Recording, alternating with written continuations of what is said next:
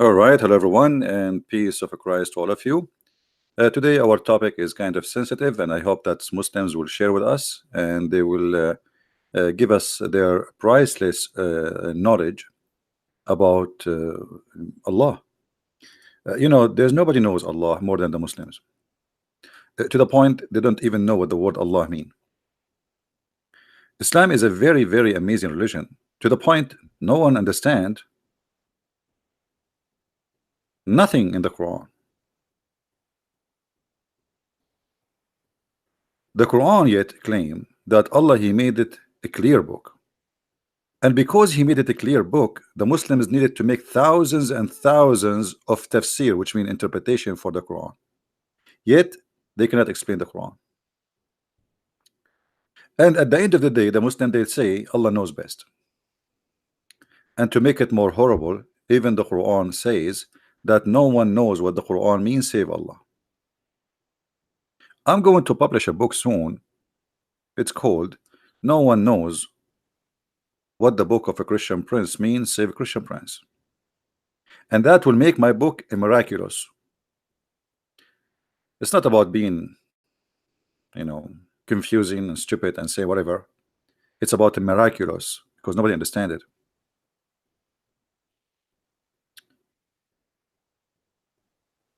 My Skype is open for any Muslim is willing to call us live on air. Please feel free. If you go on YouTube, you will find thousands and thousands of videos about where is Allah. The Muslims, they are trying to tell us, they are trying to figure out where is Allah. How even He exists? And then if you go try to to examine what they say to us in their websites, which is I find it kind of hilarious. As an example here, where is Allah? Okay, where is Allah? Here we go. Where is Allah? Who is Allah? If you read how the Muslim they give us the definition of Allah, you will die laughing. Allah is the proper name applied to true God. That's who's Allah. So all what you know about your God, that his name is Allah. Okay, what Allah mean? They don't know.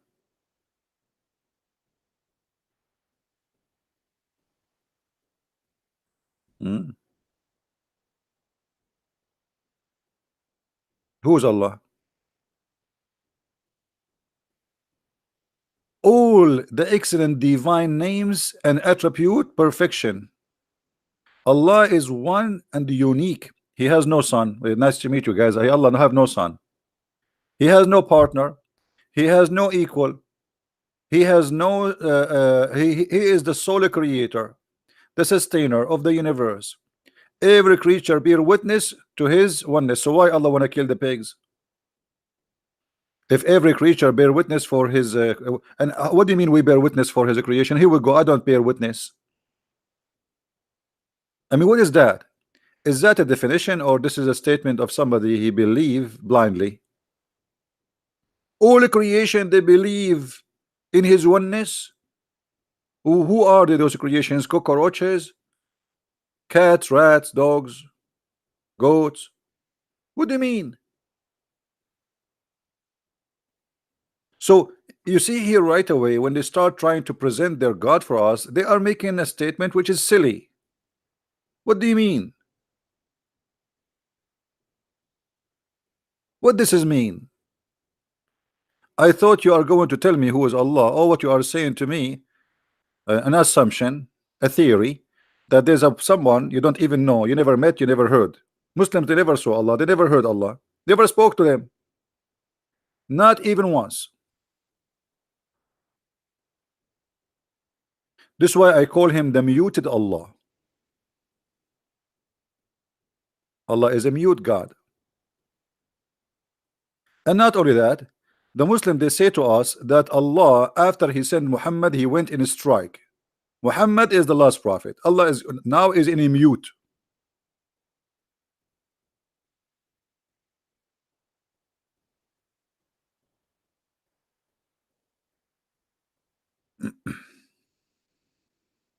And then if we go down, you will see Every creature bear witness to his oneness, divinity,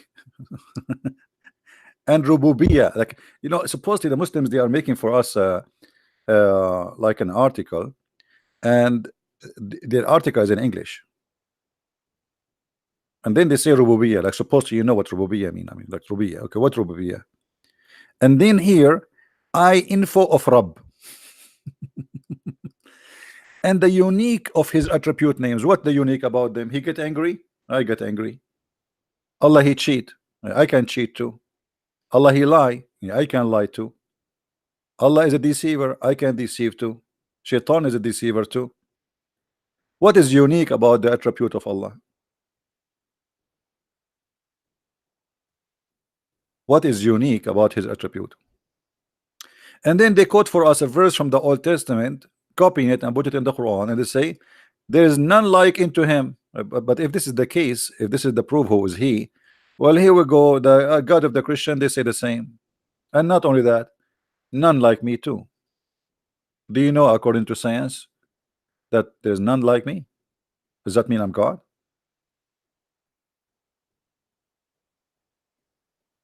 Until now, they fail to tell us who is Allah. Oh, what they are saying to us, uh, a fantasy statement, like somebody he saw a dream, and then in a dream he told us he did not even see who he's talking about.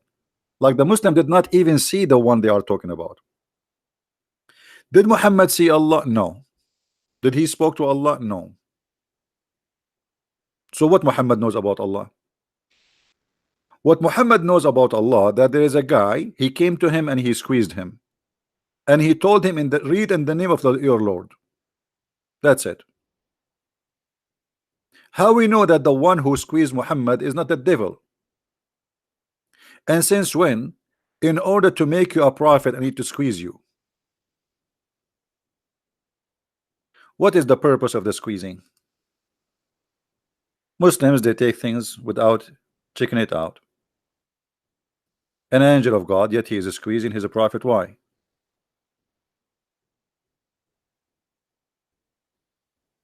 Don't you find that this is strange?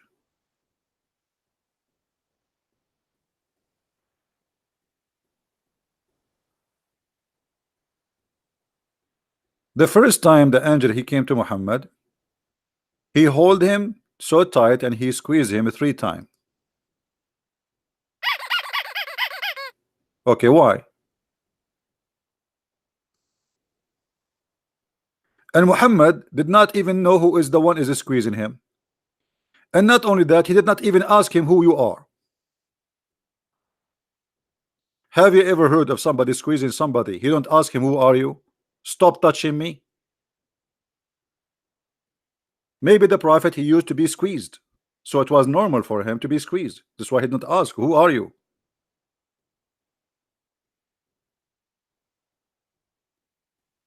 Maybe the angel, he thought Muhammad is a lemonade.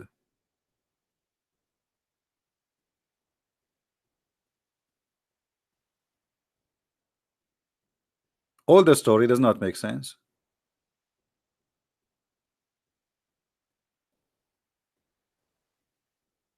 If there is any Muslim want to tell us what is that is about, please let me know.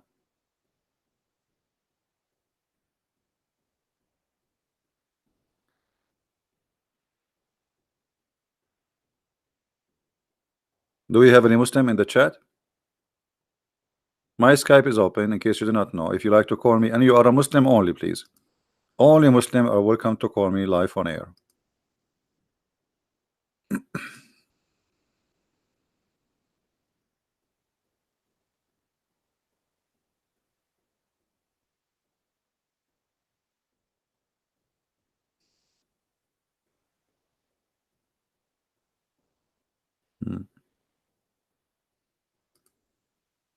Anyone? Now let us go to something else. In the same article, they say to us, there is no one share his dominion. So what do you mean no one share his dominion? Isn't Muhammad, he says that his name written in the chair of Allah? Is that the dominion of Allah? The chair of Allah is not even free from the name of Muhammad. When a Muslim convert to Islam, what he have to admit? He have to say Shahada. What the Shahada? Is it saying that God is Allah? No. You have to say Allah and Muhammad. So Muhammad and Allah, they share dominion. Not only they share dominion of the share and the authority, they share the dominion of knowledge. If you go and search in the hadith,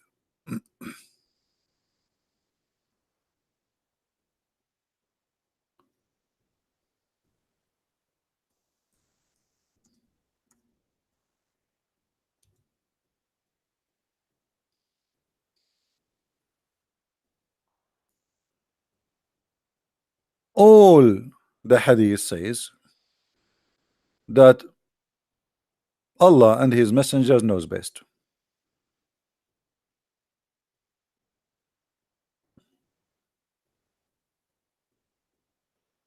Is the dominion of knowledge shared by Muhammad, which mean Allah and Muhammad, they have the knowledge?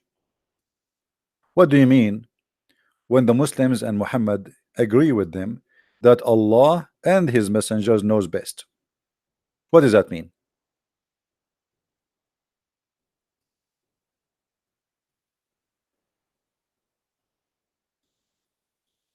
Hmm?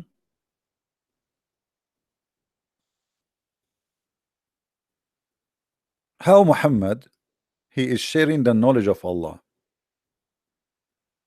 And you notice how they associate the name of their God with the name of the man who his name is Muhammad, claiming that Muhammad have the knowledge of Allah and Allah share the knowledge of his own with Muhammad.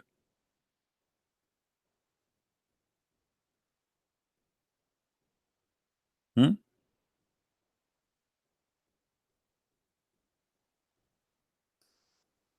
Allah and his apostle knows best.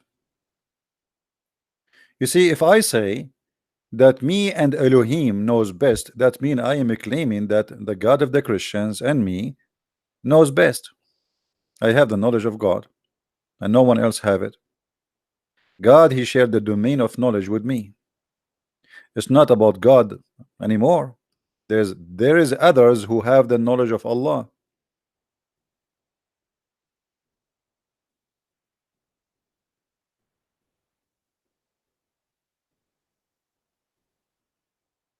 Do we have any Muslim want to say anything? In the top of that, the Muslims, they say to us that Allah, he sent 124,000 messenger.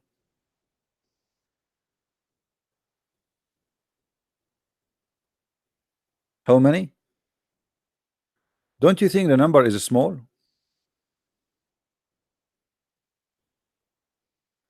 And here you see the madness. Allah, he sent 124,000 messenger and Muhammad is the last one. Why? I mean, is that fair? Mankind today, they are like guided and there's no need and that's it.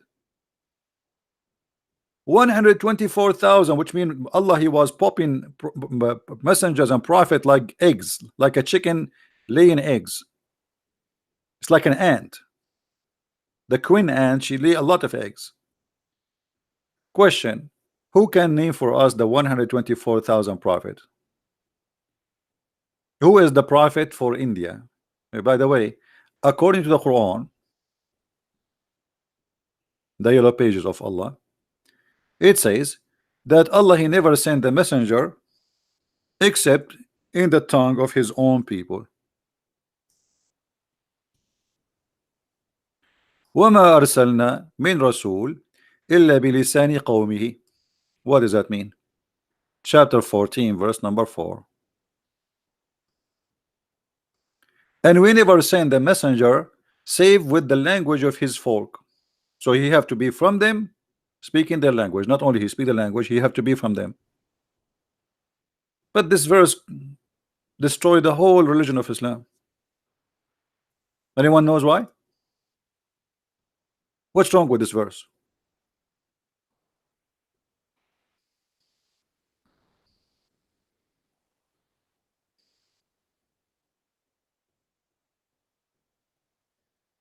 What do you think, guys? What's wrong with this verse?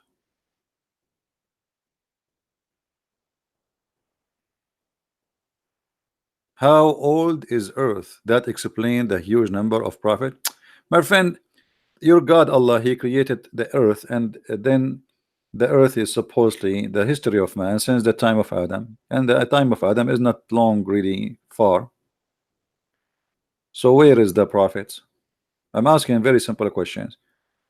India alone have hundreds of languages, hundreds, I think maybe 400 languages.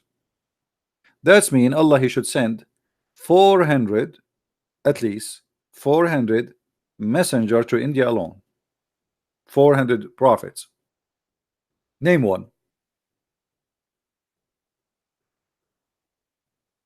Can you name one for us? And this verse have a problem, big problem. Actually, Islam is shish kebab because of this verse. Who noticed what the problem with this verse? Who noticed? This verse is a disaster. This verse is a disaster, proving that the one who wrote the Quran is an idiot.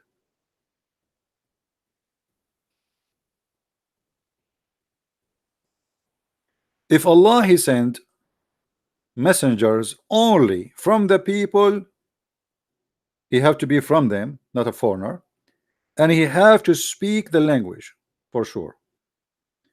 In order for what? Logical. Allah is using logic for the first time. He's getting smarter. He says in order to make it clear for them. That's wonderful.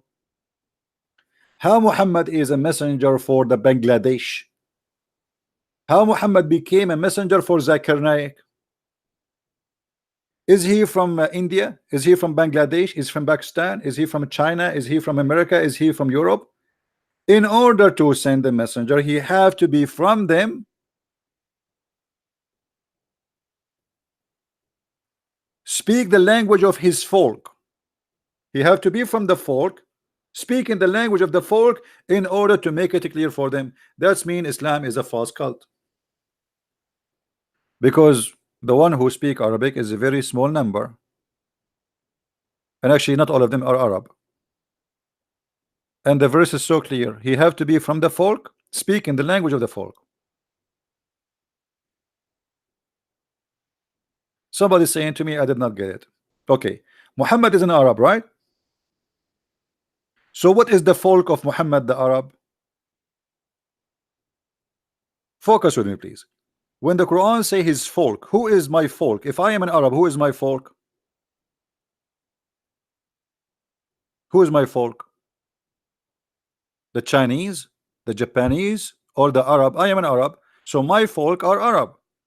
So I have to be from the folk, from this group, and I have to speak their language. So in order for Muhammad to be international messenger as they claim, Muhammad he have to speak the language and he have to be from the group. Which means if Muhammad was sent to the Indian, and India have hundreds of ethnic groups, not one ethnic, and hundreds of languages and religions, Muhammad he have to be 400 Muhammad. 400 Muhammad, each one of them is born between one of the folk of this nation.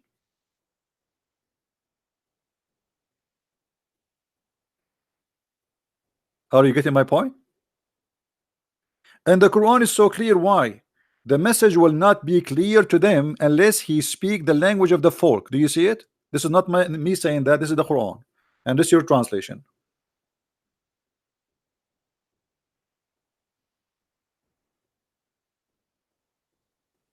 So Muhammad is a false prophet, because Muhammad is not from the folk and he don't speak their languages. So Quran getting Muhammad busted, showing the contradiction. And look, the Quran make it clear, we never sent. Do you see the word we never?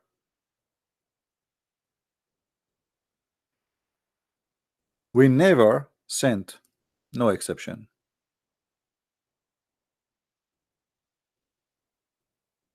We never sent a messenger save he speak the language of his folk.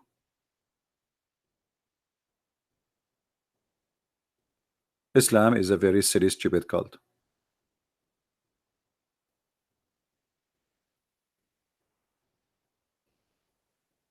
Blugly, we don't want to change the topic. Let's focus on this topic in front of us. So here you notice that the 124,000 messenger, they have to be, each one of them at least, speaking the language of his people. But if we go in the Quran, we will find that the most of the messengers are to the Jews. Allah did not send. Did Allah send a Muslim messenger for the American Indian, who there are many tribes and many languages? Did He send to the Chinese, who there are many nations and many languages? Did He send to the Russian? To what is that is about? And when the Quran says, in order to make the message clear for them, that's mean Allah will not send the message unless it is in your language, so you will understand it. Is the Arabic a clear message to Zakir Naik? Shabir Ali, Zakir Naik, Ahmed Didat, all of them, they share one thing: none of them speak Arabic. I made a video about Didat, the funny Didat, who is making himself a scholar, but yet he do not know how to read Arabic. You believe it?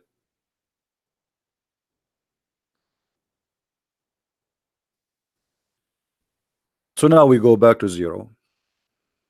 There's no way that the God, if this is a God who is saying this verse, he is the God of Muhammad, because the God of Muhammad made it clear: I will never send a message to you unless it is in your language with the prophet from your people, in order to make it clear for you.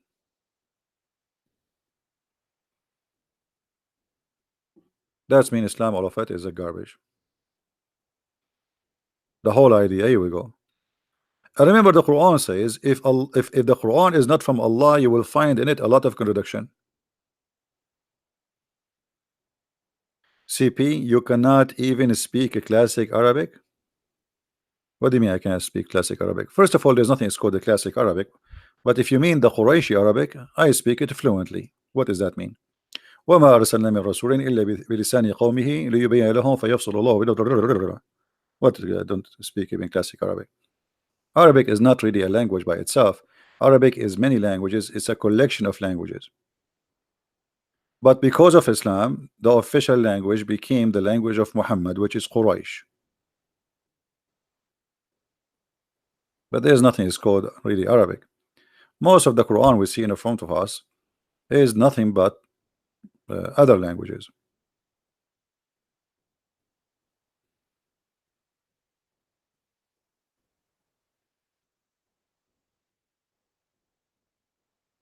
And just to show you how Islam is funny, if you remember Muhammad, he said that Allah, he sent him the Quran in 7 dialect.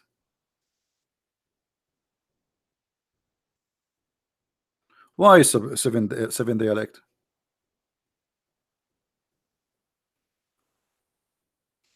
Why is that? Muhammad, he explained, he says that because the Arab cannot understand the Quran. Imagine the Arab, who they are Arab, they cannot understand the Quran in one dialect. So if the Arab, they need 7 Quran, how somebody like Zakir Naik can understand the Quran? The Arab, they needed 7 Quran, 7, not 1. Muhammad, he claimed that Allah, he sent him 7 Quran. Read carefully with me. This is Muhammad is talking. Jibril, he came to Muhammad and he said to him, Allah has commanded you to recite to your people the Quran in one dialect. Okay, so Allah what? Said to him, read the Quran in one dialect. Look what Muhammad said. Muhammad don't like that. He said, I ask Allah. What's wrong with this page? Keep moving, dancing. Somebody playing music? I ask from Allah burden and forgiveness. My people are not capable of doing it. Okay, hold on. The people of Muhammad, one tribe, it's one tribe. The Quraysh is a small tiny village. It's a small tiny, actually we cannot even call it village. A small tiny village who speak one language, and they are one tribe, and they speak the same tongue, and they are not capable of doing it. Okay, so what the solution? He want more Quran in different dialect. Then he came for the second time. He who? Jibril, the one who squeezed people, you know. If you ever see somebody squeezing you, like this is you became a prophet. So Jibril came for the second time and he said to him, Allah has commanded you to recite the Quran to your people in two dialect. What? So now we have two Quran, but that will not work. Upon this, the Holy Prophet said, hey, hello. What are you talking about? I seek pardon and forgiveness from Allah. My people would not be able to do so. Okay, so now we have two Quran. Still, the Muslims cannot understand the Quran and they cannot even like read it. It's not enough. Two Quran. So Jibril, he came back for the third time. Jibril is like the pizza boy. Go back, go back, go back, you know. Okay, he came for the third time. And he said to him, Allah has commanded you, brother, to recite the Quran to your people in three dialect. Are you happy, Prophet? The Prophet, no, he's not happy. He said to him, no, no, oh, hold on, hold on. I ask pardon and forgiveness from Allah. My people are really very stupid. They cannot handle it. My people would not be able to do it. Then he came for him for the fourth time. Like, what is that, man? Is that a joke? Is that a joke? If the Arab cannot understand the Quran unless it is 7 Quran, how someone who live in Bangladesh he can understand the Quran?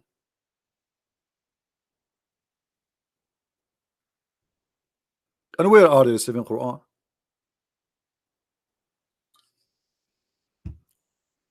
And in this story, and then the angel he keep going backward forward until it became 7 Quran. 7. That's it. Perfect. Perfecto. Isn't it Allah all knowledgeable? Muhammad is correcting Allah order. Allah he says be one dialect. Don't Allah knows? Look like Muhammad is out to smart his God. Because his God he thought one Quran is enough. Muhammad didn't agree. 2 Quran is enough. Muhammad don't agree. 3, 4, 5, 6, Muhammad don't agree. At the 7, Muhammad he said, okay, now that's fine.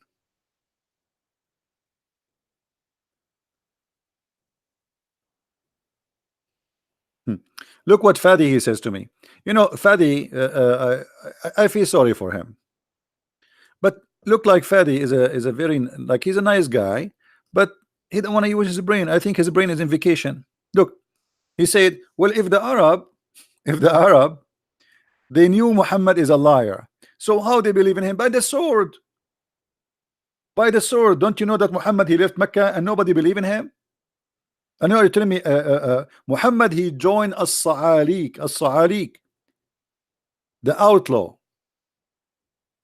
the criminals who they are kicked out from their tribes. Muhammad he became their leader. Otherwise,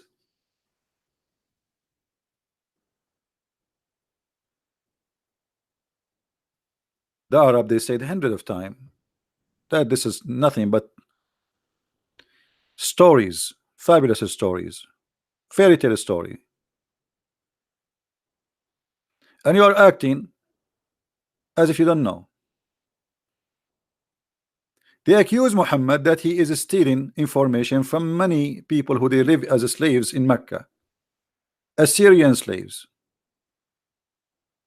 Syrian slaves who speak Hebrew and speak Aramaic. And Muhammad he answered them in the Quran, saying to them, and we know well that they say only man teach him. They knew he is because he go and listen to those guys, and falsely, you know, because this is a clear Arabic.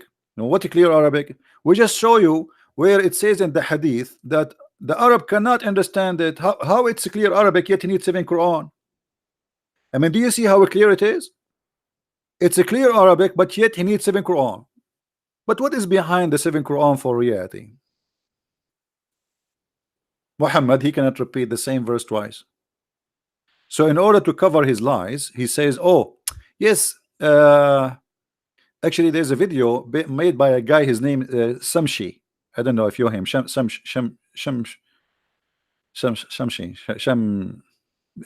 something, you know, that's like sound like a Chinese. So Shamshi he said that there is 2 Muslims He was reading a hadith, supposed to refute us as a Christian. Two Muslims, they were reciting the Quran differently, and they fought over it. The first one, he said to the other one, I heard the Prophet saying it differently. The other one, he says to him, you are a liar. The Prophet did not say it this way. I know how he said it.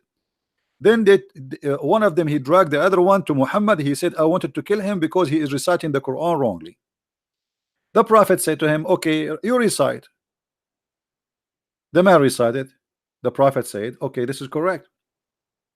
The other guy, he said, but Prophet, he said, okay, you recite now. The other guy recited differently. Muhammad, he said to him, that's correct too, because this is how Allah, he sent it to me. He sent it to me in 7 ways. So Muhammad, he, in order to cover his ass and his lies, because he cannot repeat the word of Allah twice correctly, he needed to fabricate that Allah, he sent him the Quran in 7 ways. So if I tell you a story today, and tomorrow I tell you the story differently, you cannot say to me you are lying. I will tell you that Allah told me the stories in 7 ways. You know what I mean? This is the whole idea behind this is seven. You know, did Allah send Musa's 7 Torah? Did Allah send the Injil to Isa in 7 Injil? What is that?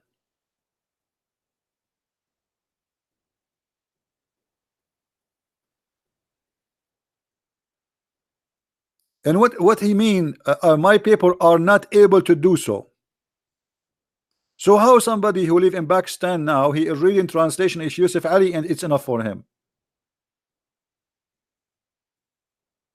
The Arab who speak Arabic, they are not able to do so.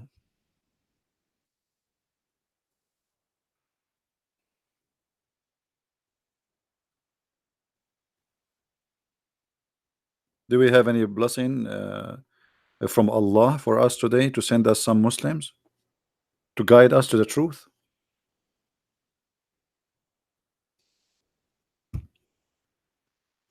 I want a Muslim to guide me so I can get the versions. I really need versions. Even if I go to the store, I buy virgin oil. I mean, I love virgins.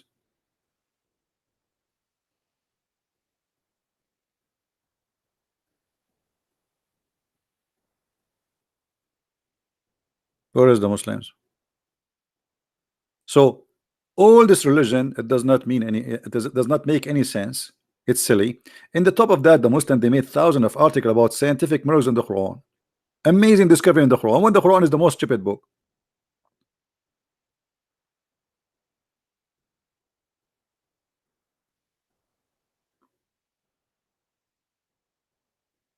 Now after Allah, he sent the Quran in 7 letters. Do you Muslims even explain the Quran? Do you even understand the Quran?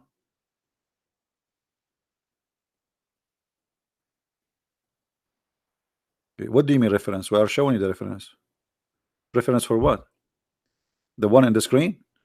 Anytime you see something in the screen, you can freeze it and you can type the exact word in the screen and you will find it in Google. Prophet Google is very helpful.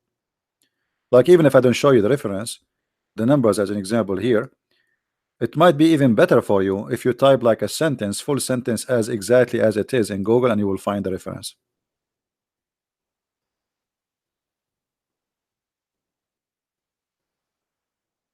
Who is a Muslim would like to show us something? We are willing to change the topic, by the way. If you are willing to show us a proof of Allah existence in any way, in any mean. If you can show us a proof that the Quran is a book of God, please feel free. And we are here not against Muslims, we are here speaking against the cult of Islam. I'm not against you.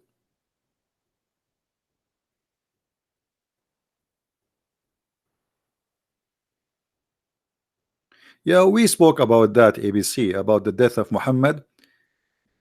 You can watch my previous video.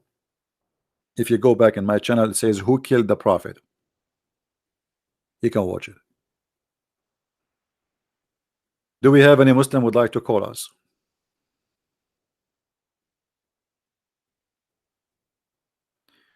How are you doing, Fadi? Fadi, why you don't call me, my friend?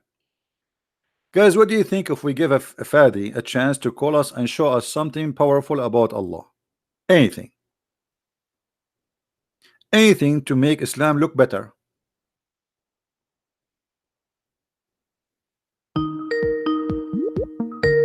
We have a Muslim who get upset always when somebody leave Islam in my channel. Look better. Hello? Hey, how are you, Muslim? Assalamu alaikum. Are you allowed to say assalamu alaikum to me? Be honest with me. I'm saying, man. I'm saying, why not? But I No. If you are eating carrot like a but rabbit, I will hang up on you. Either you speak to me in respect, or I will hang up on you. Are you a rabbit now? oh, 1 second. 1 second. 1 second. Hmm.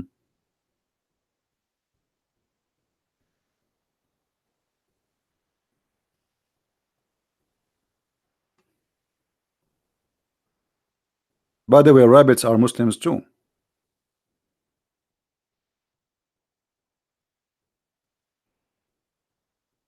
One second. 1 second. Almost done. Okay, call me back. Call me back. Brother. Call me back. The guy is going to shock. Like he's trying to swear it fast now.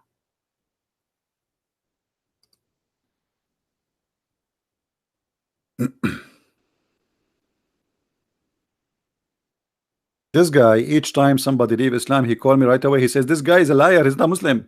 He cry badly. I feel sorry for him. And just wait, he himself will leave Islam sooner or later. If you are a Muslim and you have a knowledge in any way, and you think you can give us something solid, good about Islam, please feel free. We like to hear you. Matt, are you a Muslim? Matt Chow? If you are a Muslim, you can call me, no problem. You do not need to ask me. If you are a Muslim, call me.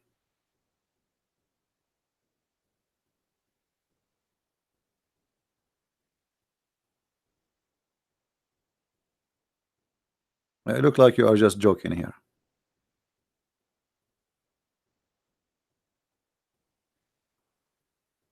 Do we have any Muslim would like to call us? So as you see, by the way, do you know that the Muslims in Saudi Arabia, they fast 1 day, or they break their fast 1 day earlier? Look what happened in Saudi Arabia lately. This is the TV station of Al Arabiya, the official TV stations of the Kingdom of Saudi Arabia. They announced the day of the end of Ramadan a day before because they thought that Mercury is the Hilal, the crescent moon. Do you believe it?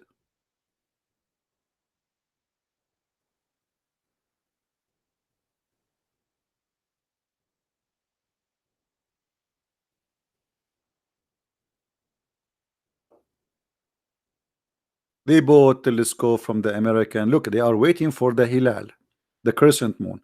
And then at the end of the day, they thought that Mercury is the crescent moon. And now all the Muslims in Saudi Arabia, they broke their fast a day before the end of Ramadan.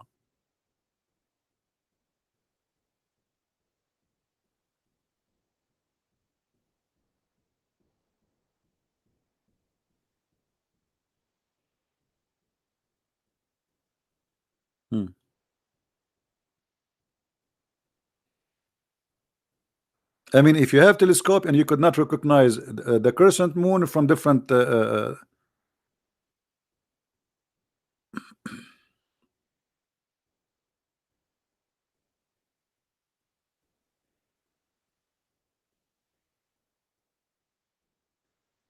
right, Shekik, I'm glad that you are using the knowledge with your mother-in-law, and I hope soon she will leave this cult.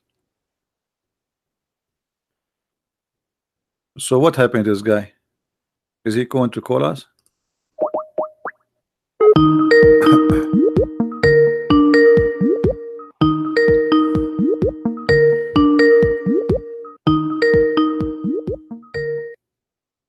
He is not answering now.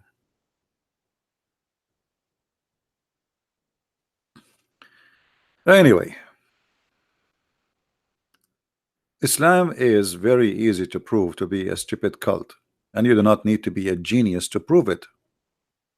And here we go, we are here to challenge. You see, Those who claim they have knowledge in Islam, do they dare to have an open line like us and take calls? I will call you.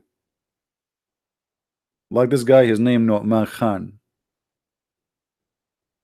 Nu'man Khan, he received text messages from girls, but not from me. Can I text you? Can I call you? What about Zakir Naik?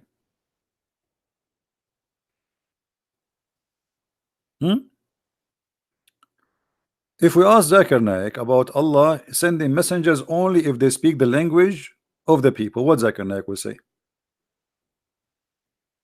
What do you think? Muslims, what do you think? Zakir Naik, your hero, who do not know anything about Islam, what he will say?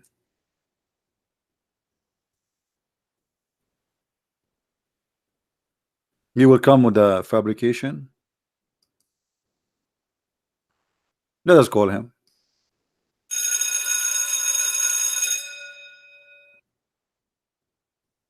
I forgot this ring will not work for him because this is a ring of shaitan.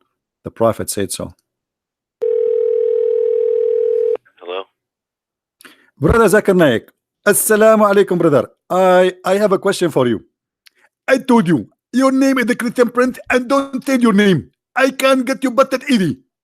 Just take it easy. I did not change my name and did not change my voice. I'm talking to you, brother.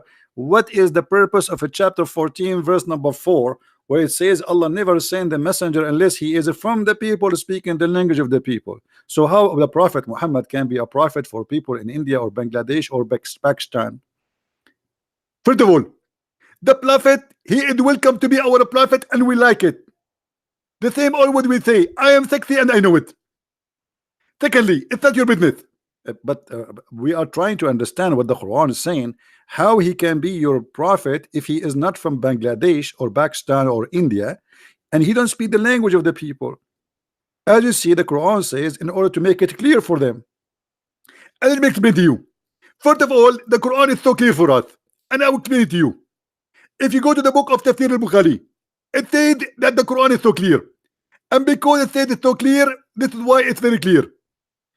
But your answer is not clear for me yet. The Quran says Allah will send only messengers to those who he speak their language, and Muhammad, he don't speak your language, so how he can be your messenger?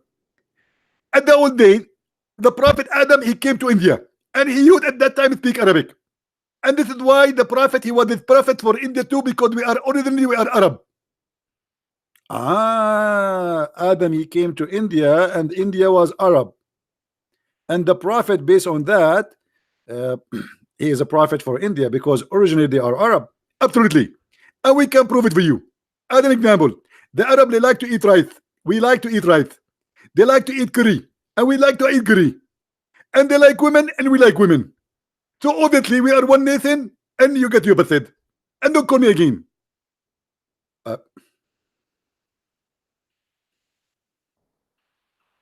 The proof that we are all Arab, that's they eat curry and we eat curry. They like women and we like women. Okay, I got a point. I like curry too. I mean, he put me in the corner.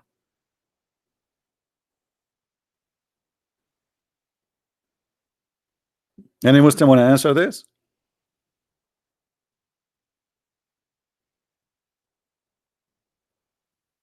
How Muhammad can be a prophet to India, Somalia?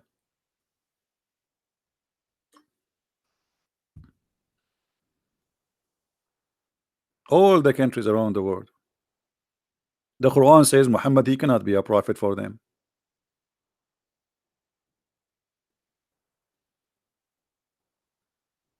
And by the way, here there's another mistake. Does the Quran says Allah will send it to his folk? But isn't it the Quran say that Allah he sent sent Moses and Aaron to Pharaoh?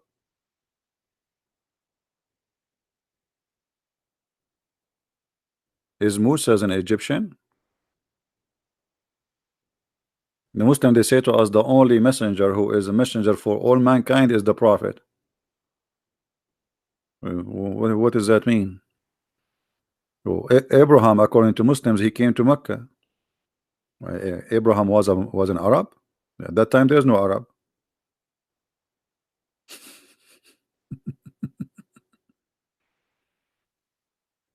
Who is a Muslim would like to call us?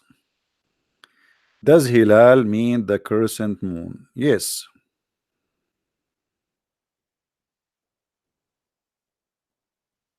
Yes.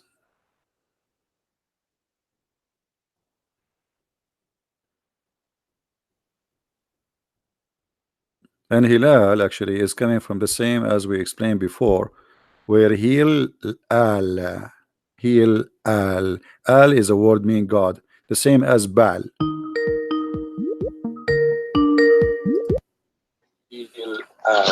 Al is a word meaning mute YouTube. Mute YouTube. Oh, give me a sec. 1 second, brother. There's many Muslims are leaving Islam, and today there's many they will leave. Are you going to call me after they call and they leave Islam? You will say to them they are liars as usual. No, but if they lie, of course somebody has to correct but them. you always lie to me too if they are lying. I mean, how you know they are lying? Are you Allah? No, but you can just tell. I think you are God. How you can tell that, you know? I mean, but let us go here. Listen, the Prophet said that Allah told him after he squeezed him the angel Jibril, he gave him this verse, says, we never send a messenger save who speak the language of his folk, so they might understand the message clearly. Yes. How Muhammad then became a messenger for all mankind if he don't speak the language of the folks and he is not from the folk? Brother, so what this verse is saying, it's saying a past time. It doesn't say now and in the future. Where it says where it says in past time, where it says that? Wait, let me open YouTube. There's a verse now in the screen. Yeah, it's in the screen. Okay. All right, it says Bismillahirrahmanirrahim. Says, and we never send a messenger save with the language of his folk, that he might make it clear for them. So it says, and we have never sent in the past time. But isn't it, this is in the time of Muhammad? He's speaking now, Muhammad. He gave this verse to Muhammad, right? No, but it's talking about the past time. No, did he give this verse to Muhammad? Now, when the Quran also says, like, no, hold on. Did he give it to Muhammad? Okay, did he give this verse to Muhammad or to a different person? He gave it to Muhammad. Okay, talking about when Allah he gave this verse to Muhammad, at that moment was Muhammad a prophet or no? Alhamdulillah, of course. Okay, so he was a prophet, so he just said, and we never send a messenger save with the language of his folk. At that moment, until that moment, we never sent. And the time of what? At the time of Muhammad being exist. So until that moment, which Muhammad is receiving this message, we never send a messenger except he speak the language of his folk. So how you say to me in the past? Yes, in the past, but in the past, in the time of Muhammad, which means in the present. In the present of Muhammad, and since that present, we never sent any messenger unless he speak the language of his folk. So he have to be from the folk and speak in their language. So how Muhammad can be a messenger for the Indian? And the Quran saying clearly, in order to make it clear for them. So what is the reason? In order to make it clear for them, but the Quran so if you also send if you send a message in different language, Allah agree that will not make it clear for them, right? Yeah. Now, brother, it also says in the Quran, it says that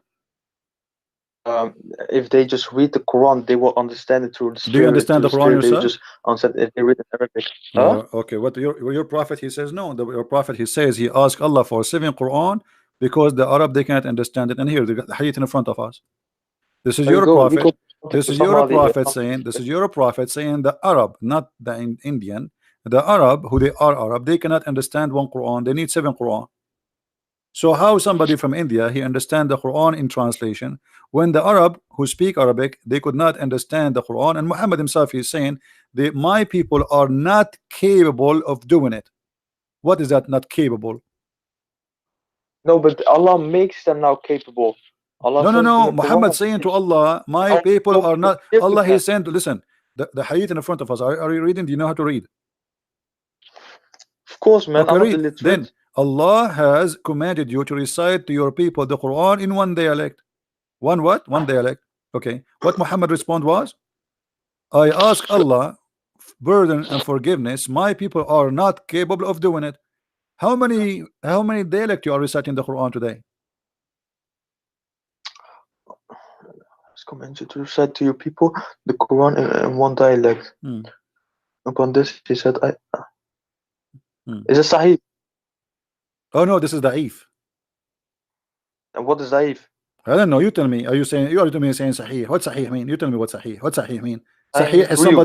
Sahih is It's not somebody Sahih. eating too much carrot. What is that? Sahih? What's wrong with this religion? I mean, look how funny this religion. Their religion have weak and strong. You that's mean your God Allah is weak too. I mean, if Allah prophet he said that, can't Allah preserve his teaching? Why you Muslims keep fabricating stories? Why you Muslims are you saying to me you Muslims we lie about the prophet and we fabricate a story about him and Allah he could not stop us?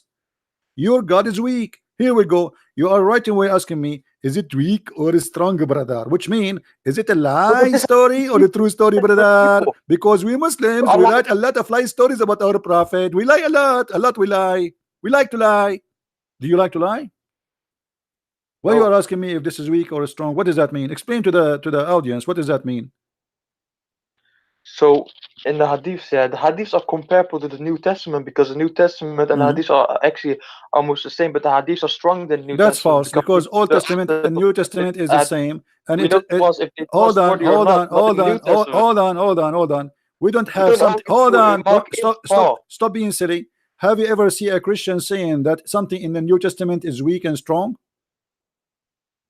We don't believe in that. That's why it's not clear. So They I'm asking you why you are shouldn't saying to me da'if? Why you if they Muslims? would, Why you everything would be Okay, weak. so if this is not so you are saying to me that the stories which is mentioned by Muhammad is not protected by Allah. Is that correct?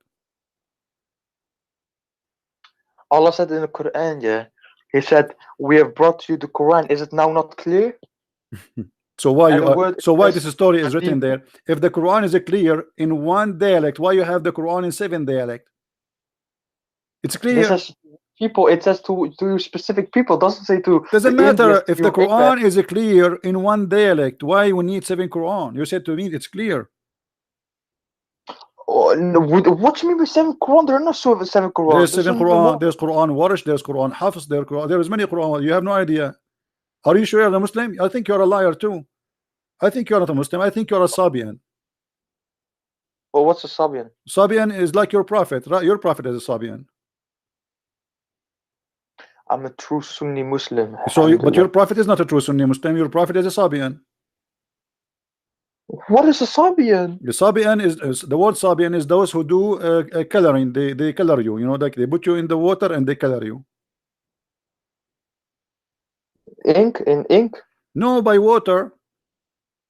How am I gonna get caught if I go into water, man? So are you saying to me this is stupid? Well, first of all, yeah. If you look at this, it actually says this. It says, I was watching the video while I was eating. Don't change the Real topic. quick. Don't change the topic. Are you saying to me this is stupid? To color somebody by water. It depends. It depends because in the Bible it Here we says go. that You say here we go. Now it's depend. Moses was So leprous. what It said that Moses, the color was what changed. depend what depend? Either you say yes or you say No. what does that mean? No. Well, even if in your Bible it says that God gave Moses another color when he put his hands in his bosom. I'm asking you in your Quran. In his bosom. Yeah, I love your Bible, Listen. man. It's just the Bible, I'm brother. laughing at your stupidity. I'm asking you. Is it correct? You are asking me what is the Sabian, right? Yeah. Okay. Do the baptism of the Sabian. So Sabian, I don't know. You tell me. Read carefully with me. Chapter 2, verse number 138.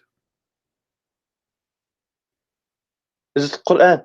Yeah, this is Quran, but this is weak Quran.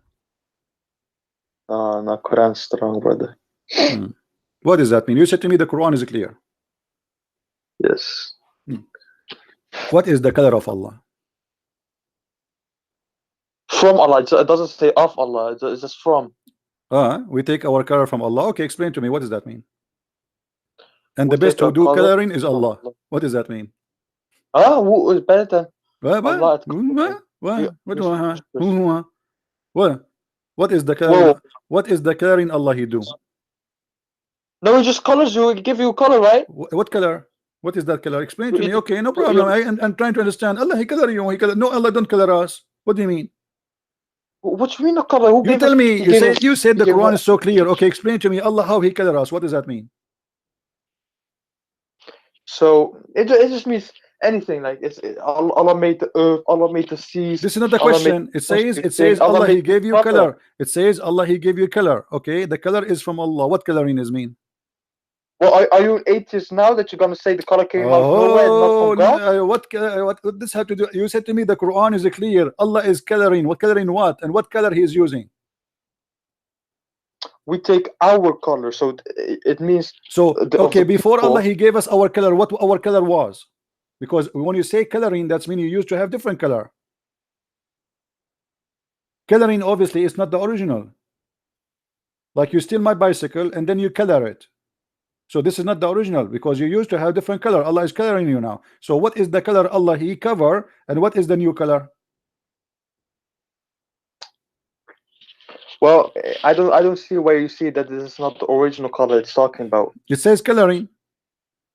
No, it doesn't say. It's not color. We take our color Okay, from Allah he gave you a color. Before you have the color, what do you have? No, but this and who is better than Allah at coloring? That's something different. Okay, That's like don't can you I say, think can I give an example? don't you think this is stupid? What do you mean? What is the best? Explain to me. What is the best than Allah in coloring? What does that mean? You said to me the Quran is clear. Allah is comparing himself to a printer. I have a printer who do coloring. Allah is better than the printer in coloring. In which way? Which how? Well, we say that Allah deserves every title that He's the best This of. is not the So He's question. the best This is not of. the question. Don't change the topic. Deserve every title like what? A fool? What title? I'm asking you. What Allah is saying here? He is the best of coloring. He's comparing himself to who? Because when you say he is the best of coloring, that means he is comparing himself to others. Who are the others? Anyone, a living creature, something. Okay, so that Allah is it- comparing it's- himself to creatures. I thought you cannot compare Allah to his creatures. Wait, are you saying that God in the Bible it doesn't say that God is the most high? He is the It doesn't most. say that God is the best. So when is the God best Allah he of. says this is how the people they speak about their God. He is the most high, but a God is not the most high. He is what the word high is a phrase of a statement. It's not about how high he is. There's no high because simply the sky around us, what is up today is down tomorrow. The earth is going around itself. So stop being a fool. Don't mix things up. Allah is the best of caring. Best of caring to who? Compared to who? All right. Do you think God is the this is an strongest? action. This is an action. The action. Allah is comparing the action of carrying to who and what coloring they do. He just gives a color, man. Like What color? if you're Okay, black, what is the color? Give you me the have a color. black What is it? Okay, what is the color you are talking about? His skin color, of course. Oh, so Allah he made us black. Allah he made us white. But he is saying he is better coloring than others. That means there's others who make you black and white and Asian too. Is others? I see what you mean, but that's not the case, brother. So let's say I got a table, right? So are you saying to me that Allah here is lying when he say he is better in coloring, but he is not really better because there's no other ones doing coloring except him? So it says at coloring in general. It doesn't say like color skin. Doesn't matter as long but coloring in general. That means there's other people who do coloring in general too. So Allah is the best in coloring. I got a good example, brother. If you let me say this example and then you say whatever, right? Please. All right, I beg you. Okay, please. Beg you. All right. So let's say Leonardo, you know Messi, right? Who? You guys in America, I know. You guys know soccer, right? Football. No, I don't play football. But you know football? The only game I play is Allah. But I'm just being honest with you. I play volleyball every day with Allah. I mean, he is sometimes up, he is sometimes down. It depends. So let us make him up now. Explain to me how Allah is the best of caring. This is my football. Right. So let's say Messi, he plays football in Spain, right in the stadium. So of you are saying to me that Allah he play better football than Messi?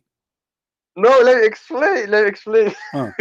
So then Messi says he plays in the Barcelona stadium, and then he got the most goals, and then he says, "Who's better than me if playing football?" But he doesn't say he's playing football specific in the stadium in Barcelona. In general, in whatever stadium. So who is better than Allah? I mean, Allah is better than who? No, As but it long doesn't say okay, specifically coloring your skin, okay, because it would okay. say that if it was saying You specifically, just it says that coloring. Coloring, no that's problem, general, but you brother. just showed us that Allah is stupid, because if a football guy he says I am the best, he is talking about obviously about football, correct? No, but let's say he makes 5 goals in Barcelona No stadium, problem. But and when he says, when a soccer guy he says I am the best, obviously he's not talking about himself being the best actor. He's talking about him being himself the best player in that game, correct? Okay. but, As long he is the best player, and this is the example you gave me, that's mean Allah he is claiming. There's other players, but he claimed to be the best player. That's his mean. no, That's mean no, he's not the no, but only. That's mean that he's not the only God. Read with me this verse, chapter 23, number verse one. chapter 23, verse number 14. If you answer this one, What if is that, if man? you answer this one correctly, I will give you a big carrot. Chapter 23, verse number 14. It says Allah is the best of the creators. How many creators there is? Well, I can create something now if I want. Really? And that will make Allah Yeah, but better than you in creation? So you join the club of creators? All of us we no. know. I can be. No, don't be a fool. We know that Allah he said it clearly that the creation he speak about is giving a life, not about making a table. Don't be a fool. No, but so ground is life. Trees are life. But that's also created by God. No, Allah he said he challenged the man and the genie to create even a mosquito or a fly, correct? Let me see, man. What do you mean? Let me see, man. Chapter 22, verse number 73. Allah he says, "O mankind, make like this, like what?" He says, you know, do you worship beside Allah something who will never create a fly? So what is the word the creation in the Quran is about giving life, like creating a fly. Even a fly you cannot create. So when Allah he says he is the best of the creators, obviously he is not talking about creating a table. Stop lying. He is asking, can you create a fly? Do you If agree I with that? fail at creating something, does that mean I'm a failed creator? What? I'm a creator. If I try to create something, but I've created something different, but I try to, let's say I try to My create life, friend, you man. are not But then creating I failed that. anything. There's invention and there's a creation. Creation is you make something come to existence. Invention is something else. Invention, I But can some scientists they say like, stop fooling yourself. In the religion, when we say creator, we mean the one who create things, bring them into existence. Like example, life. Adam, he was a dust. He made him mud. He breathed into him. By breathing into him, he gave him life. That is a creation. Otherwise, the mud, anyone can do mud. Otherwise, mixing dust and water together, I can do it. But I cannot breathe into something and give it life. That is the creation. So now, when Allah he says he is the best of the creators, Allah comparing himself to who? If there is someone else, he do create from the mud creatures.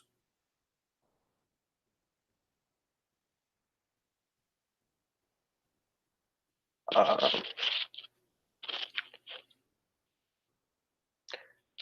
I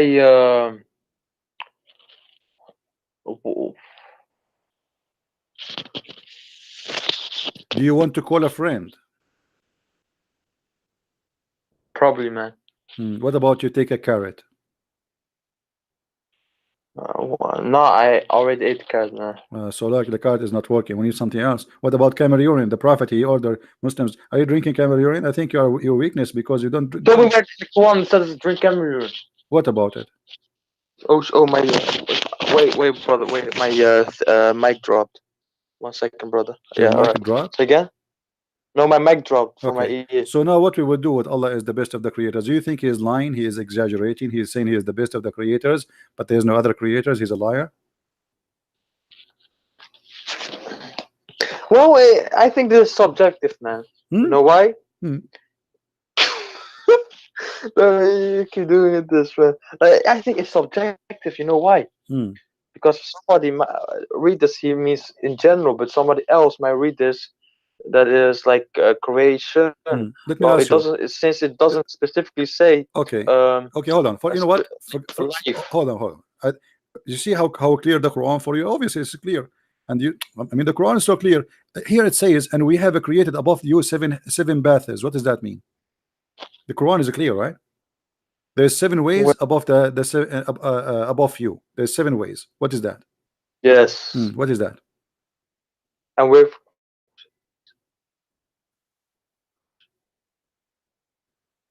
I know maybe in the tafsir. In tafsir. I thought the Quran is clear. Okay, what about? I will give you something easier. You see, you said the Quran is clear, and we send down from the sky water. Is that true?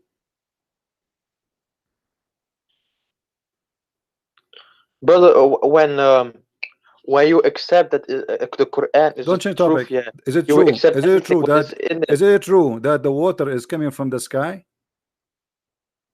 Yes, from the clouds. So where is the ocean coming from? I thought the cloud is coming from the ocean. Water in measurement, and we give. Which one is created first, the cloud or the ocean? No, the cloud. Look. Even before there was any water, there were no I'm clouds asking because the you. So which clouds one? Okay, exist no only problem. because of I'm water. asking you. Make it simple for me. You know, I'm not smart like you. I don't eat carrot too Uh, much. Which one is created first, the cloud or the ocean? uh, Hmm? 1 second, brother. Hmm.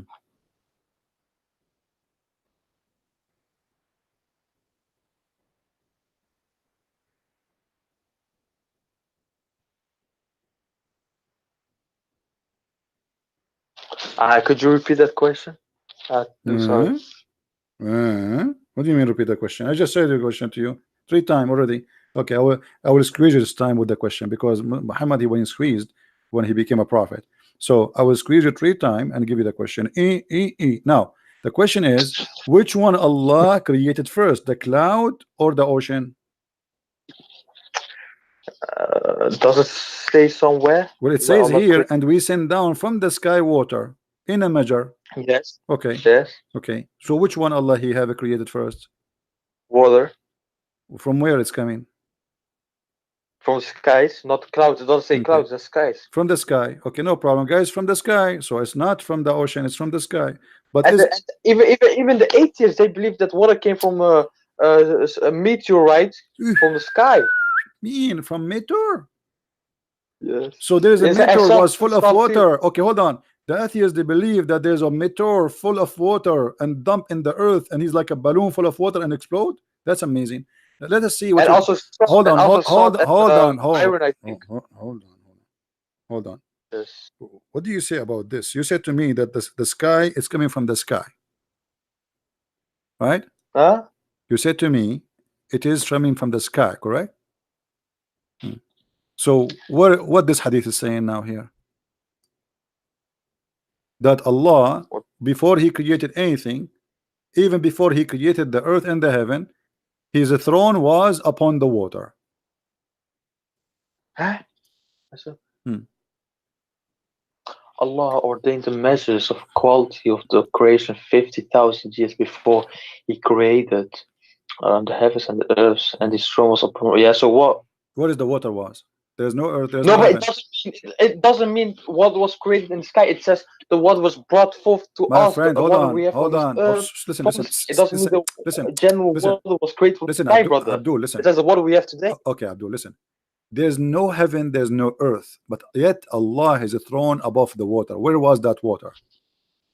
There's no earth, Somewhere. there's no sky, there's no earth. It says clearly, before he created the heaven and the earth, as his throne was upon the water. So there was no heaven, there was no earth, but yet he was in the top of the water. Where was that water?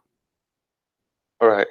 Now, before I answer this, Christian Prince, brother, uh, I can, if you want now, right now, I will ask smart Muslim Sheikh, What do you a mean smart scholarly Muslim? Are you guy, saying to you are call you. whoa, hold on, are you insulting yourself? Are you saying you're a stupid Muslim? You want to answer, ask a smart Muslim? What does that mean? I never mind him then. Never mind him. All right, all right. So what? So let me ask you then. Let me ask you No, then. I am willing All right. to. I'm willing to help you. If you call live right now on air, your sheikh, and put him in the speaker with us, so I can talk to him. Can you do that? Wait, what? Can you call your sheikh right now, the shaky sheikh, the one who do belly dancing always for you? Can you call him and challenge him to answer me and put him in the speaker to talk to me live? Yes. Okay, do it. Yes. Go ahead. Right now. Right now. Are you ready though? Right now. All right, brother. Okay. All right. If you give me a second, man. Why you are hanging up? Why you hang up? He will never talk to me. Why you hang up?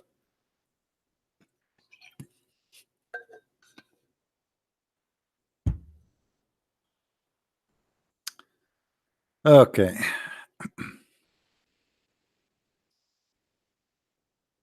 Oh boy. Do we have any Muslim in the bushes? I mean, what is this? The Quran is so clear. Yeah. All right.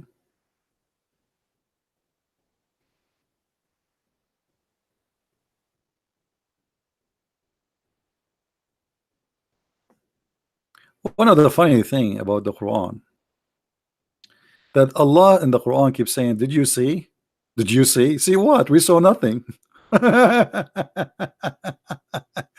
Guys, did you see how the sky is blue? Okay, what does this have to do with you? Did you see how I created the sky? Okay, did you? No, we did not see when you created the sky. Okay, did you show us? I mean, you keep saying, "Did you see? Did you see?" I mean, Allah is speaking to the blind people who is trying to make them believe, supposedly, and He's saying to them, "Did you see?" I thought they are blind, and that's why you are trying to guide them. So what you say? Did you see? They are blind, my friend. I did not see.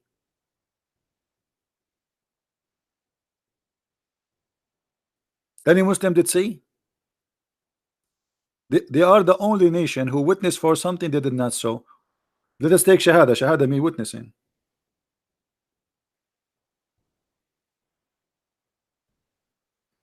Hmm? Look at this.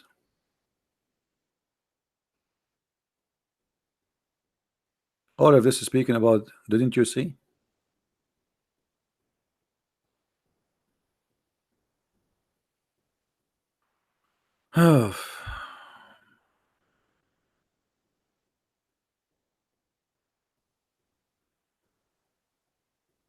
Any Abdul?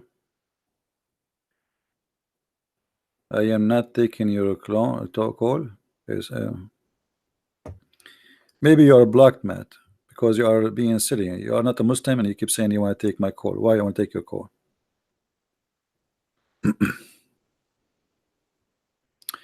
Any Muslim? Now this guy is trying to convince his sheikh to call me and to speak to me. He will never talk to me. He will risk his career. No way.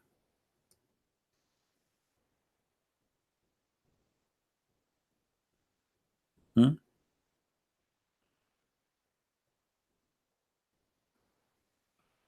One of the funny things, the Quran says that Allah, He have the knowledge of the unseen.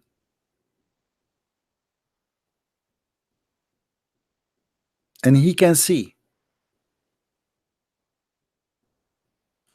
But if we do a little examination, we will find that Allah, He have no idea what He is talking about. As an example, Allah created from every kind, male and female.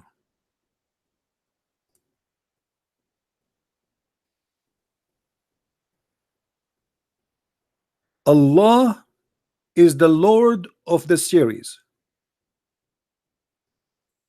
because He's a Sabian. That's what the Sabian believe. Ashara, Ashara. This is why actually one of the names of Muhammad, they call him the father of Ashara, because he worship this planet. And this is an old religion, exists in Arabian Peninsula, and they used to worship it.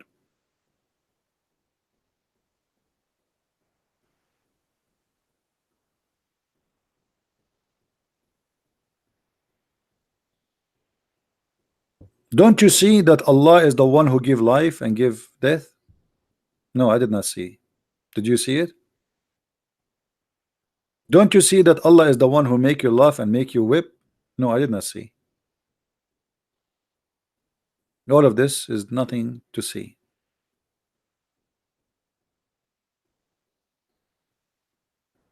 And here you find another stupid statement in the Quran, that Allah, he claimed that nobody should pay for the sin of somebody else.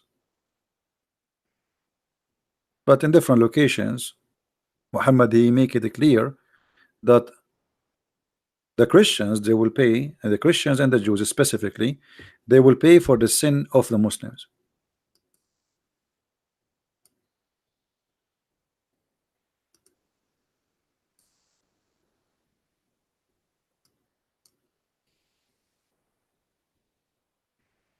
It's a chain of contradictions and stupid stories.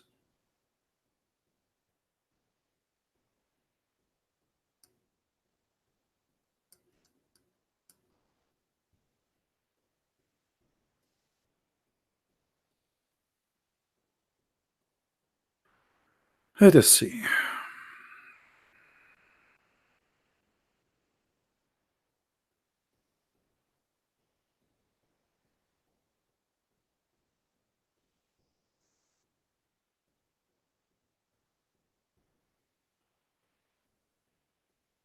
You see how stupid is called? The Muslim, they say to you, is it fair that Jesus, you Christians, you say that Jesus, he paid for your sin? And they quote for you the Quran saying that Allah, he says that nobody should pay for the sin of somebody else. Let's just change the translation, because this donkey is very weird translation.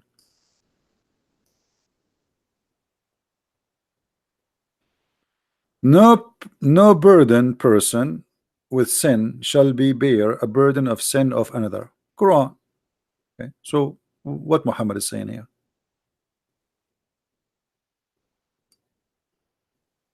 One of the clear signs of cult leaders, they are not consistent with their own teaching. Either nobody will pay for the burden of somebody else, or people will pay for the burden of somebody else.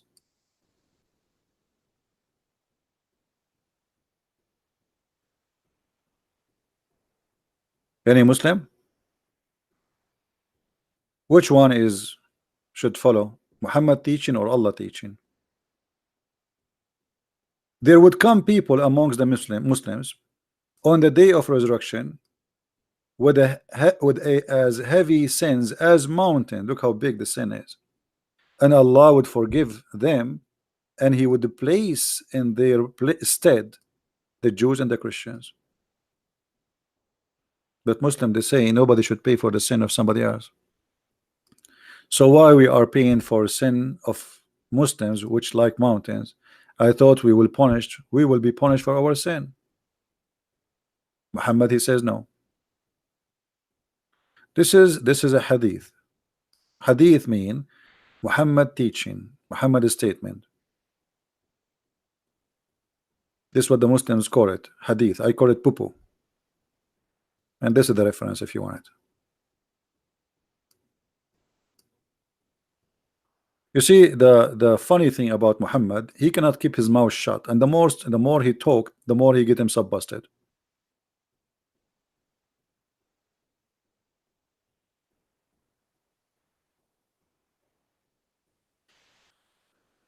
Matt is not a Muslim, guys. You know what? Let me block this guy. It just became annoying. Do we have any Muslim would like to call us?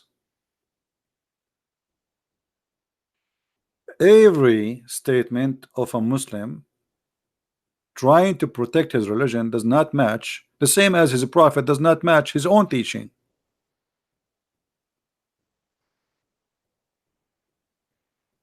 How a prophet of God, he says statement against what his God told him? Any Muslim can tell us? How he is a prophet speaking for this God, but his God says something and he said the opposite.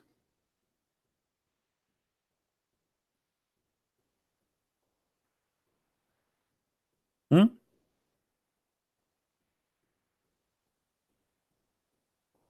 And what happened to this guy? He want to call his sheikh. I think he is diving in the deep ocean trying to find him.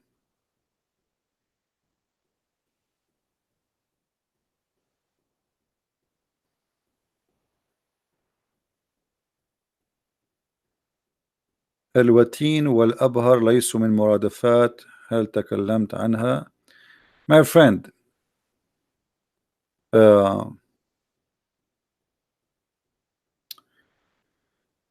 الوتين, when a Muslim he says to you that the word watin is not the same as the abhar,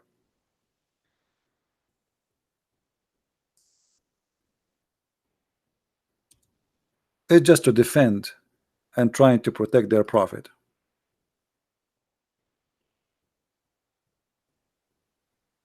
which is not true.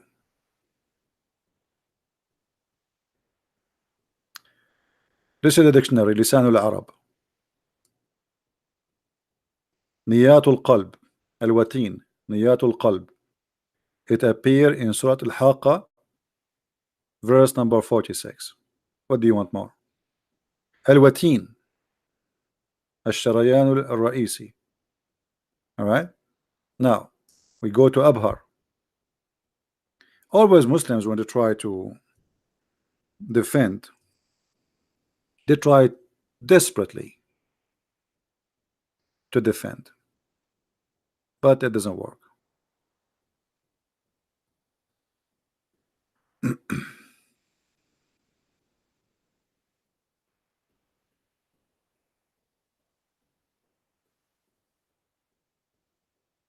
Let us see.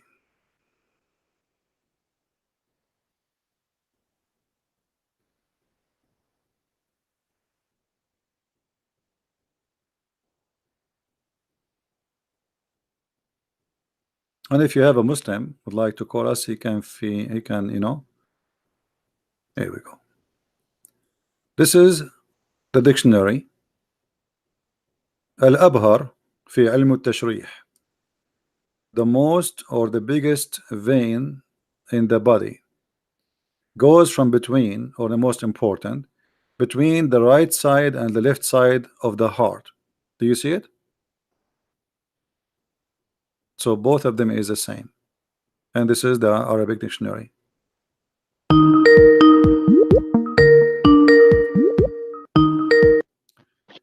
Yes, Abdul.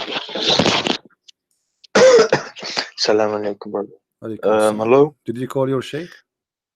Yes, but he cannot, it took him long to respond, and but then he cannot talk he said, to me. He cannot talk to me. He's busy. No, but I got somebody else then. He's Okay. not so knowledgeable as the sheikh, but he's you know, your sheikh is a not bit more knowledgeable. knowledgeable than me. Your sheikh is not knowledgeable.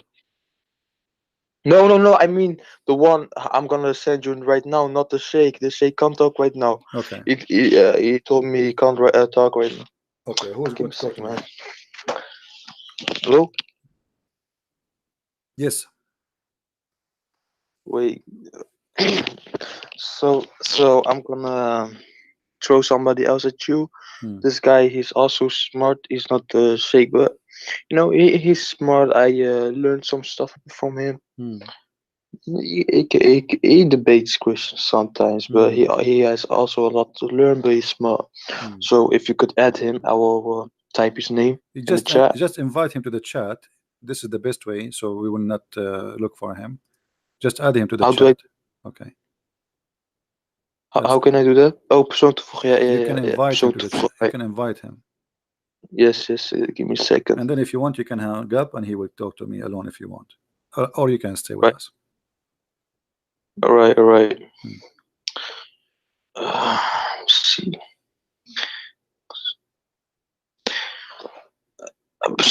Let me see if I can. You can click at the plus sign, and then that will make him invited to that conversation. Yeah, but he got another Skype, so I gotta add that Skype now. Right.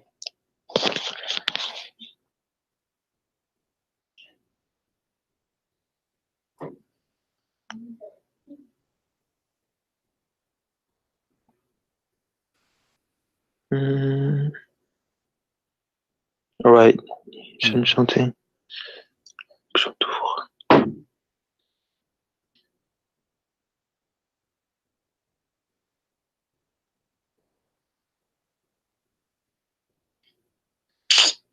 That was this. It says. Brother, before you invite him, you have to say inshallah. If you don't say inshallah, he will never come. Because I'm Allah will sorry. not allow it. Inshallah. I did marry 99 women and I have sex with them all in one night, and I forgot to say inshallah before I started, and look what happened. I don't have kids until now. In the call. Yeah, I'm sorry for this taking a bit. Let me see.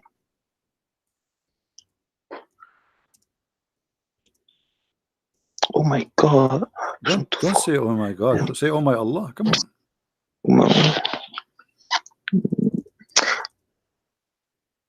Well, I type his name. If I press add someone, I type his name. It says, I see some other account when I type his name. Why is this? What? Give me his name. I will invite him. Give me his name. I send the name on the chat. Okay. I add him, and then I see him talking to me. And whenever I press on add someone, I don't see his name. Then it's weird, man. It's really weird. Weird. I told you, because you're not saying inshallah. You have to say inshallah. I said inshallah. I said that. Allah control the internet, my friend. Yeah. That's not the case. Yeah. Actually, this guy, he called me before. I have his name here. Isn't it his Muhammad Qasim? And he have I don't know. I know him for a week or something. He have an image that says indeed my prayer or something, right? Ah, yeah. Okay, that's him. Okay. I think so. Hang up. I will call him. All right.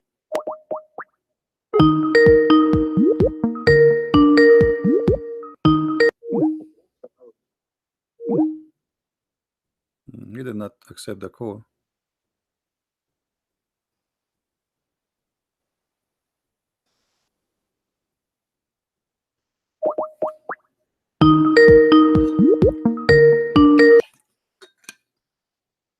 Hello. Yes, Mr. Muhammad, how are you?